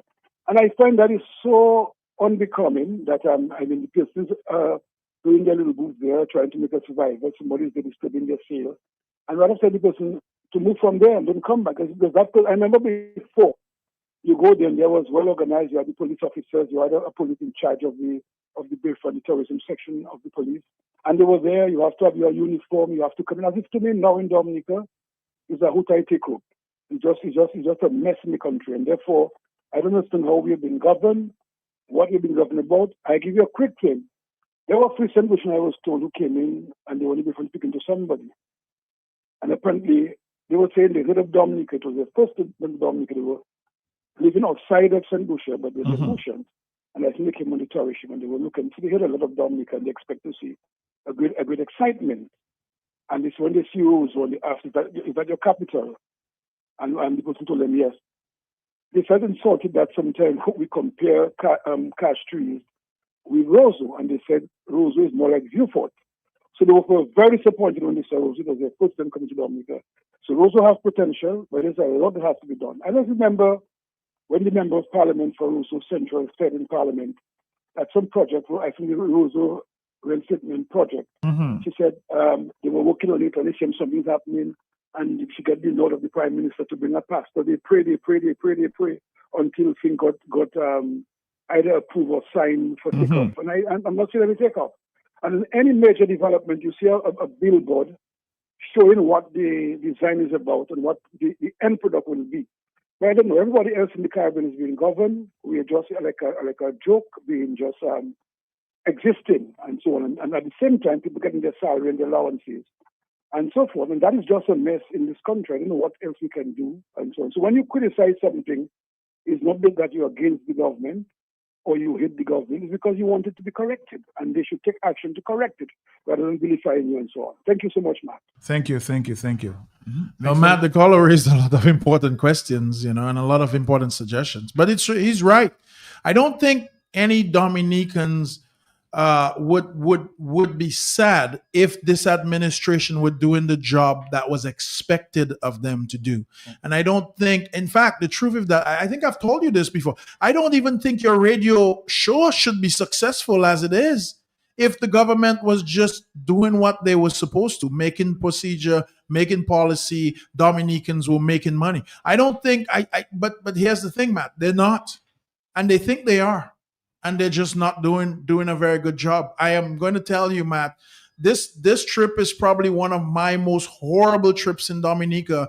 The garbage collection has gotten out of hand. I cannot take the flies. I cannot take the smell. You think it's gotten worse? Matt, it has gotten tremendously. Matt, every place I go eat, I'm telling you, as far as Tukari, all the way up to Scott's Head, Matt, it's got garbage. You're going to eat in a restaurant and there's garbage there. You're going to eat at somebody's home and their dumpster is full. Every home that you pass has a load of garbage outside. How can you trust what's inside that house if walking into it this is what you see? But tell me, what's happened to the garbage trucks, though?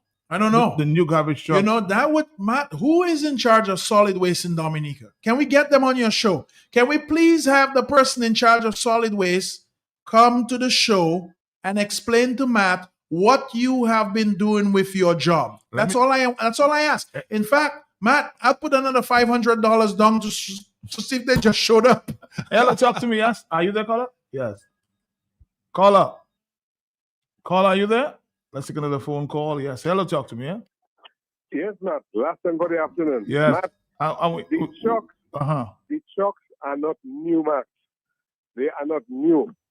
Based on the record report I have from the people when I took around down there, they are not new. And somebody sent me a picture, and the silencer of the truck was rusted out, Matt. So you cannot get a new truck if the silencer rusted. And I looked at a thing when they were presenting the truck to somebody on Facebook. And the top of the truck I looked at it very closely. The lines on top of the truck, the hydraulic lines, were rusty. They paint a few of them on the edges, but they were rusty. So they are not the truck. They came from a dump somewhere, you know? So don't call it new truck. Call it the truck. Oh, the trucks. Okay. Hello on the telephone. Are you the caller? Yes. Yes, my brother, I'm there. Good Yes, sir. afternoon to you and to Mr. Jolly. Mr. Jolly, you know, I always like to hear your voice. Let me say something Thank to you. this conversation, and thanks for you, Andy, for being so spoken, because, you know, when you first started, somebody called and made a statement why you always want to talk about Mr. Scary, and you answered it Well, sometimes that in a happens. way that I was thinking. Yeah. You answered it because I was thinking the same answer you gave. He is the leader.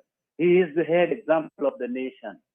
And now we're talking about the trash, all the ills of the society. Someone just sent a fake picture of a river that is being polluted and killing the river. Let me say to the person who has done that, this is no joking matter. The government and ultimately Mr. Skerrit is the leader. He is the one responsible for it, has declared war on the people of Dominica, because Matt, the two young patriots you had the first afternoon before you had the ones yesterday. The young lady and the young gentleman, I applaud them highly. And I've been trying to get you show up until today. And one of them said something that let me know is open war on the people of Dominica, Matt. The young man said that headwater there is going to affect the Layu River. So that means that carnage that they're doing in Debonch on the eastern part of the country is affecting the entire country. And I'm bringing that up to say, Matt, every time we have issues in the country, people want to segregate it, is Marigot, is St. Joe, is this. Whatever happens to anywhere in Dominica, to any Dominican, is the country. Straight up. It's not one section or another, right? Then we speak of the psychological issue plaguing the country, right? Let me say, that is a problem from the top. And you spoke of your trash, and then you spend $400 and something to a government, you pay taxes on a regular basis. You had to pay a contractor to get your trash, $400, then the trash comes. That's because there is no regular trash pickup. So the things that you are stating are legitimate, they are valid, that the public need to hear. But where it goes to the psychological problem. The psychological problem of the guy on the street, like, and you correct Mark about calling the guy Sparrow. I don't call guys like that Sparrow.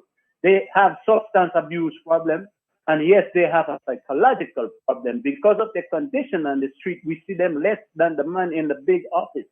The big man in the psychological problem. Somebody called it earlier a con artist. And Andy, you said, well, you don't really say he's a con artist.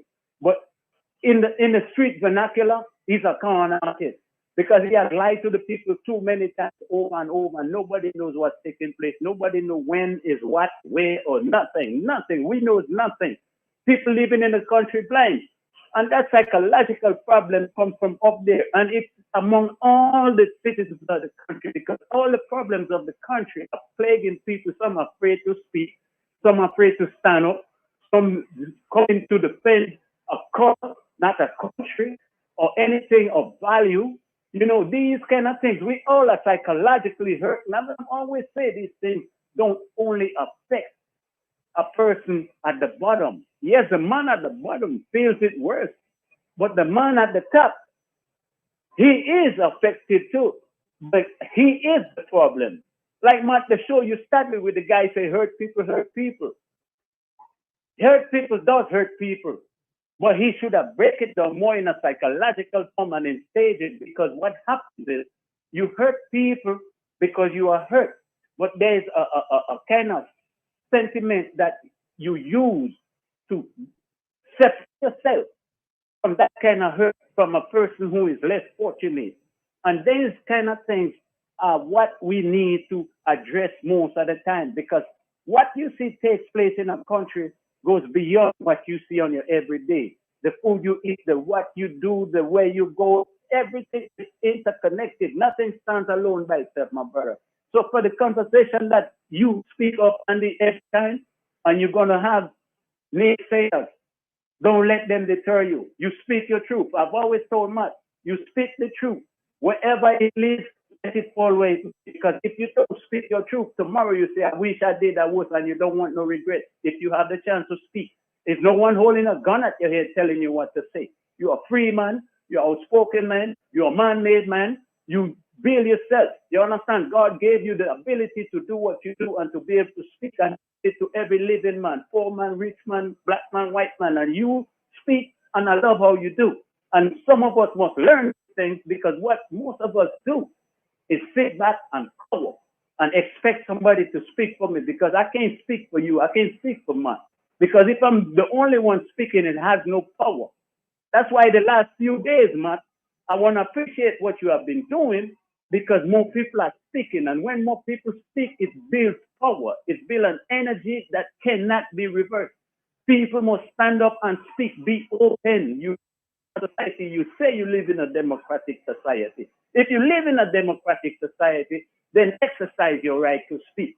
And don't let nobody hold it up. Brothers, I'm listening. Great conversation. That's all right. Thank you. Thank you. Taking a break. We'll come back. We manufacture high-quality roofing sheets, 24 gauge in different colors, also to customer specifications. That's right. Whatever length you want. Aluminum seamless guttering. We also sell BRC mesh, steel rods in all sizes, breach caps, fencing wire, and fencing poles. Free estimates for guttering, galvanized sheets, and fencing wire. Quality products at the lowest prices island-wide. Rice and Company Limited, located at Caneville Industrial Site, Shed 1A, just before the Old Mill Cultural Center. Call us today at 617-2468 or 615-0178. Rice and Company Limited, built for living, built for life.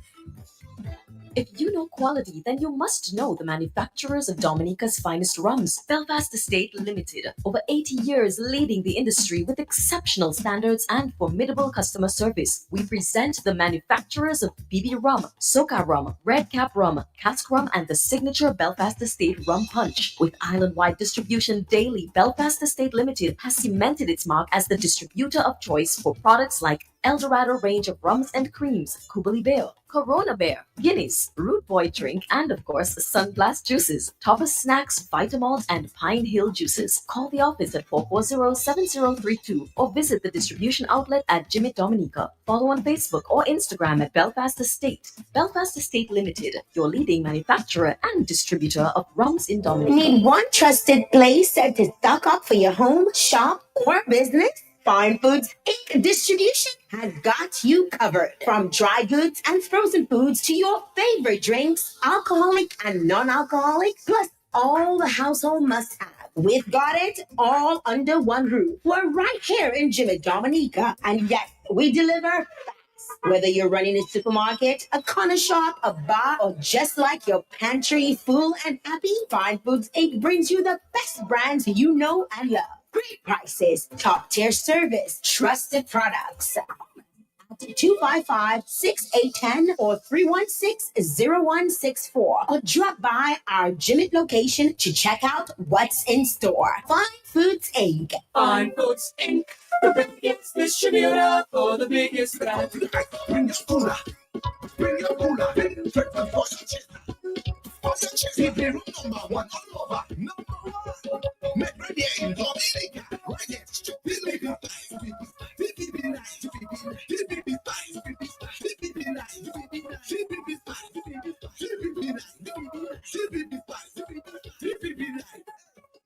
When you come in down, you should have a baby in your hand.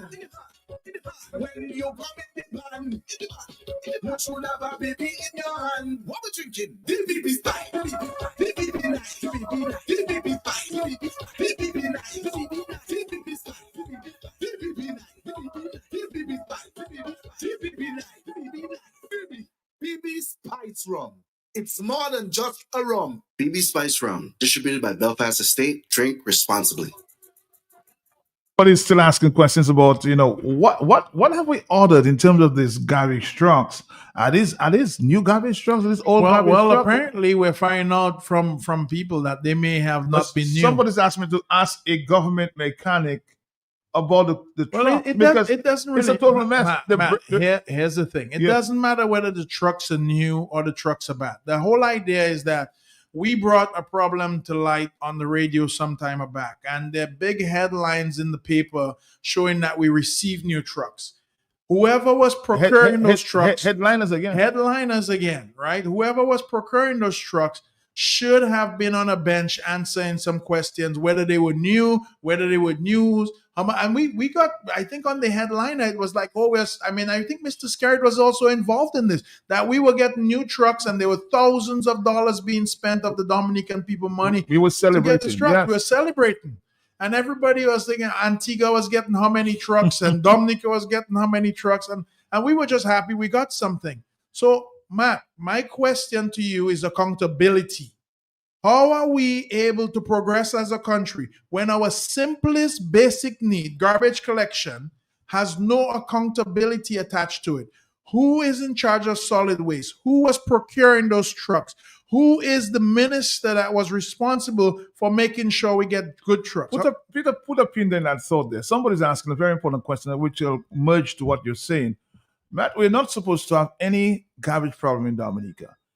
An environmental levy and surcharge we're supposed to have it now. Of course. That's right. We have money being collected. For garbage disposal. So where did the money go to? The environmental levy. Where is it? I don't know. Which Of account? all its years. Which account is it being deposited into? Can we see a balance sheet for this environmental levy? That's the problem, Matt. And how much money was allocated to solid waste? Dominica is paying for services.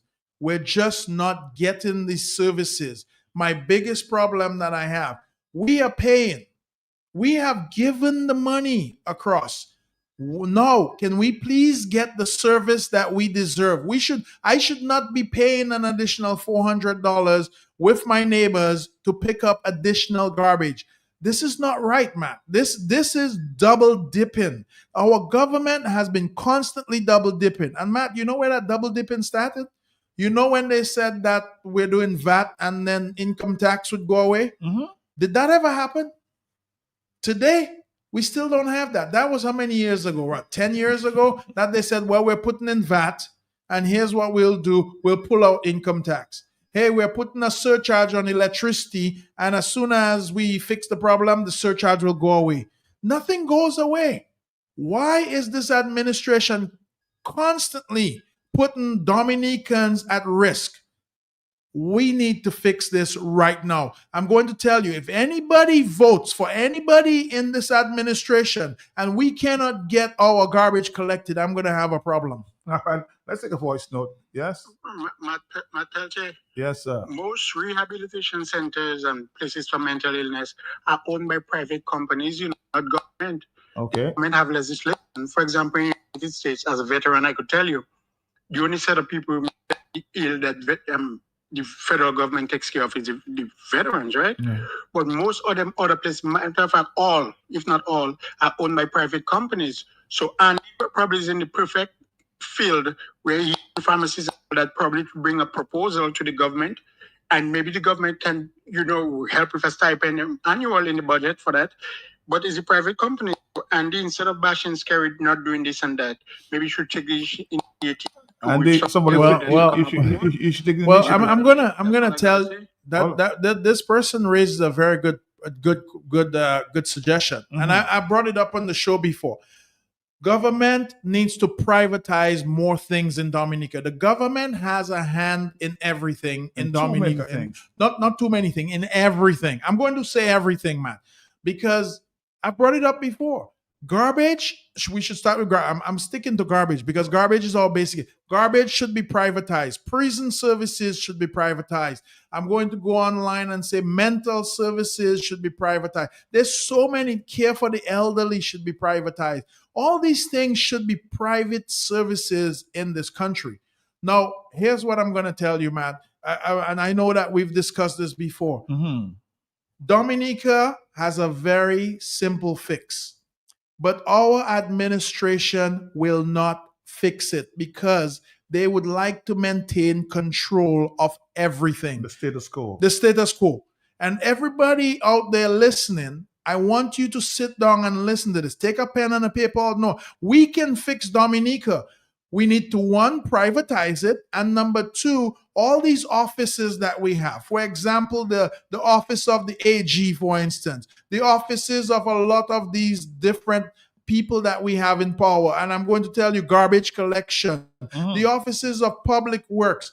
Matt, these offices should not be appointed. And that is where Dominica went wrong. We have an administration that has to appoint people. And we made them permanent. And we made them permanent. And not only that, even though they're not doing a good job, we cannot remove them. Even though that they're making mistakes, we cannot remove them. Even though that they're not attentive, the port services should be privatized. Customs services needs to go out there and get all these things need to be privatized. This country will never, and I want you to mark my words, never move forward unless we can have more privatization of Dominica. Government should stick to policy making. The government has hands in the banks. The government has hands in the court system. The government has hands in the police system. The government has hands in every single thing. And the government is not good at running anything. Keep that in mind, Matt. Privatization of Dominica and appointed positions need to go away. Positions should be voted in. Positions should be resume. Can you do the work? So many of these people that are in positions today, Matt, cannot do the work that they have been given to. And the appointment, I second the motion, cannot move because guess what? Somebody put me in that position, so you have nothing to tell me or you cannot remove me. What kind of nonsense is this? How are we expected to progress as a society? How are these people expected to produce good work or work to get us to a better position? As a matter of fact, even NEP workers are claiming this. You cannot remove me because my prime minister put me there. Exactly. So here it is that we have a situation in Dominica is who you know that put me in this position, that give me the job. So therefore, I don't have to really answer to you, or I don't even have to do good work. They're the only ones that can remove me. This is not a very good society, man. We are doomed for destruction.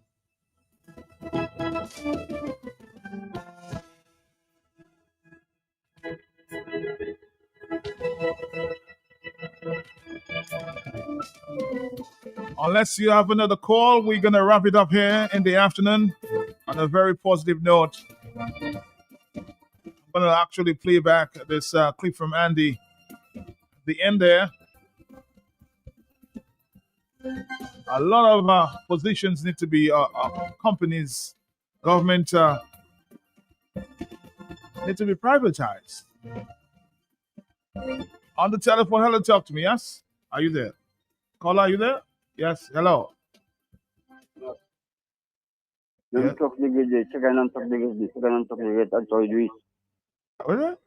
Second hand trucks. Oh, the second-hand trucks, okay. Second-hand truck, Oh, okay. trucks. All right, thank you very much. On the telephone, are you there? We're going to wrap it up at 3:30. Are you there? Matt, I think we have an ignorance problem. And when I say an ignorance problem, I mean a do not know problem. The average citizens of this country need to be properly educated. And I think that education should start in kindergarten about social life. Because obviously there's no education in that department. People don't even seem to care about taking out garbage, even if we know that it's connected to their good health. Enough said, man. It says, and the government may be against your strategy in terms of privatization because they need to control. Control is what it is. Well, Matt, we know that. We understand that. Matt, for instance, a lot of people approached me on one topic, and I'm going to just bring this up to you. They said, hey, we're getting a wage increase in Dominica. But you know what my argument for that is? Why do you think the government has artificially kept wages down in Dominica, Matt? Why do you think they've done that? The government is the largest employer in Dominica. It's not in their best interest if they engage people, hire good people, and pay them good wages. The government is literally paying themselves and saying, can we keep everybody else really low? So literally, this is being run differently because, again, as long as government is the largest employer, then wages will be automatically kept artificially low in Dominica. And in fact, Matt, there's a lot to say to that because you know why? A lot of the wage increase information is just for show. I hope a lot of people know that. A lot of people who got wage increases last time, Matt, never got to those figures. The government is artificially paying people as low as they can to keep the standard of living as low in Dominica. Because if you keep the population in poverty, they have to come and beg you. I mean, it's simple. Nobody wants rich people like us, Matt. Nobody wants rich people walking around. Rich people have their own money. You know what I want to do, Matt? If I want a vacation, I get away from Dominica. If I want something, Matt, I'm going to tell you, this is very, very true. Last year, I had a friend visiting. And you know what we did? We ran out of sugar. I don't know if you remember when we didn't have any sugar in Dominica. I remember that. You know what I did? I said, you need sugar in your coffee in the morning. You know what I did? I jumped on my boat and I went and got 2 bags of sugar in the following French Islands. They make sugar right next door in Marigoland. Well, not many people can jump on their boat. But that's what I'm telling you. That's what rich people do. If we have a problem, we solve it. But guess what? If we keep the nation artificially poor, then we can control them better. And that is the governmental strategy that's in place right now. Let's keep the wages low. Let's make sure nobody succeeds. Let's make sure nobody gets out of hand. And guess what? We can control their minds and we can control their wallets and we can keep them where they are for the longest time possible. Oh boy, what a way to go this afternoon here. Thank you. Thank you. I'll leave with that note there from that song from Peter. Only the poor man I feel it. Only the poor man I feel it.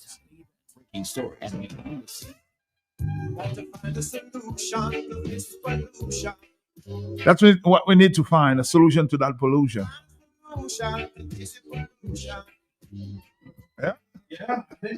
I think that's what we need to do. We need to fix it. But, I hope Matt, I'm going to tell you, I know that everybody's out there listening and I know that they listen to this program. Oh, yes. So I'm going to tell you, keep doing the good work that you're doing. This week, Matt, you did an excellent job. I have to congratulate you. Your shows were amazing.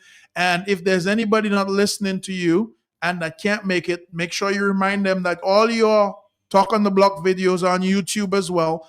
Go in there. If you want to get educated as to what's going on, you should listen and learn. Talk on the Block, I think the number one radio show in Dominica. Maybe the region too. In the region.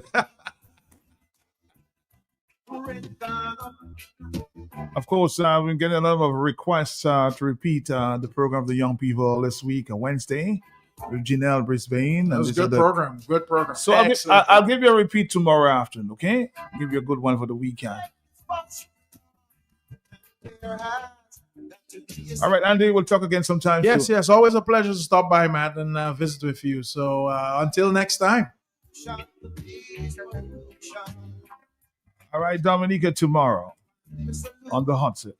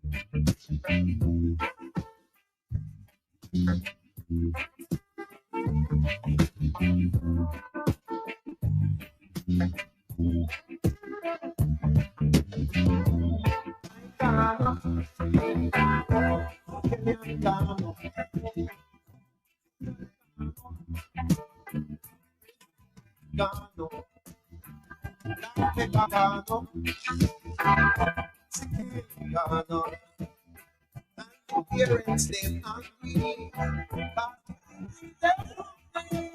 and there has got to be a solution to this pollution right now.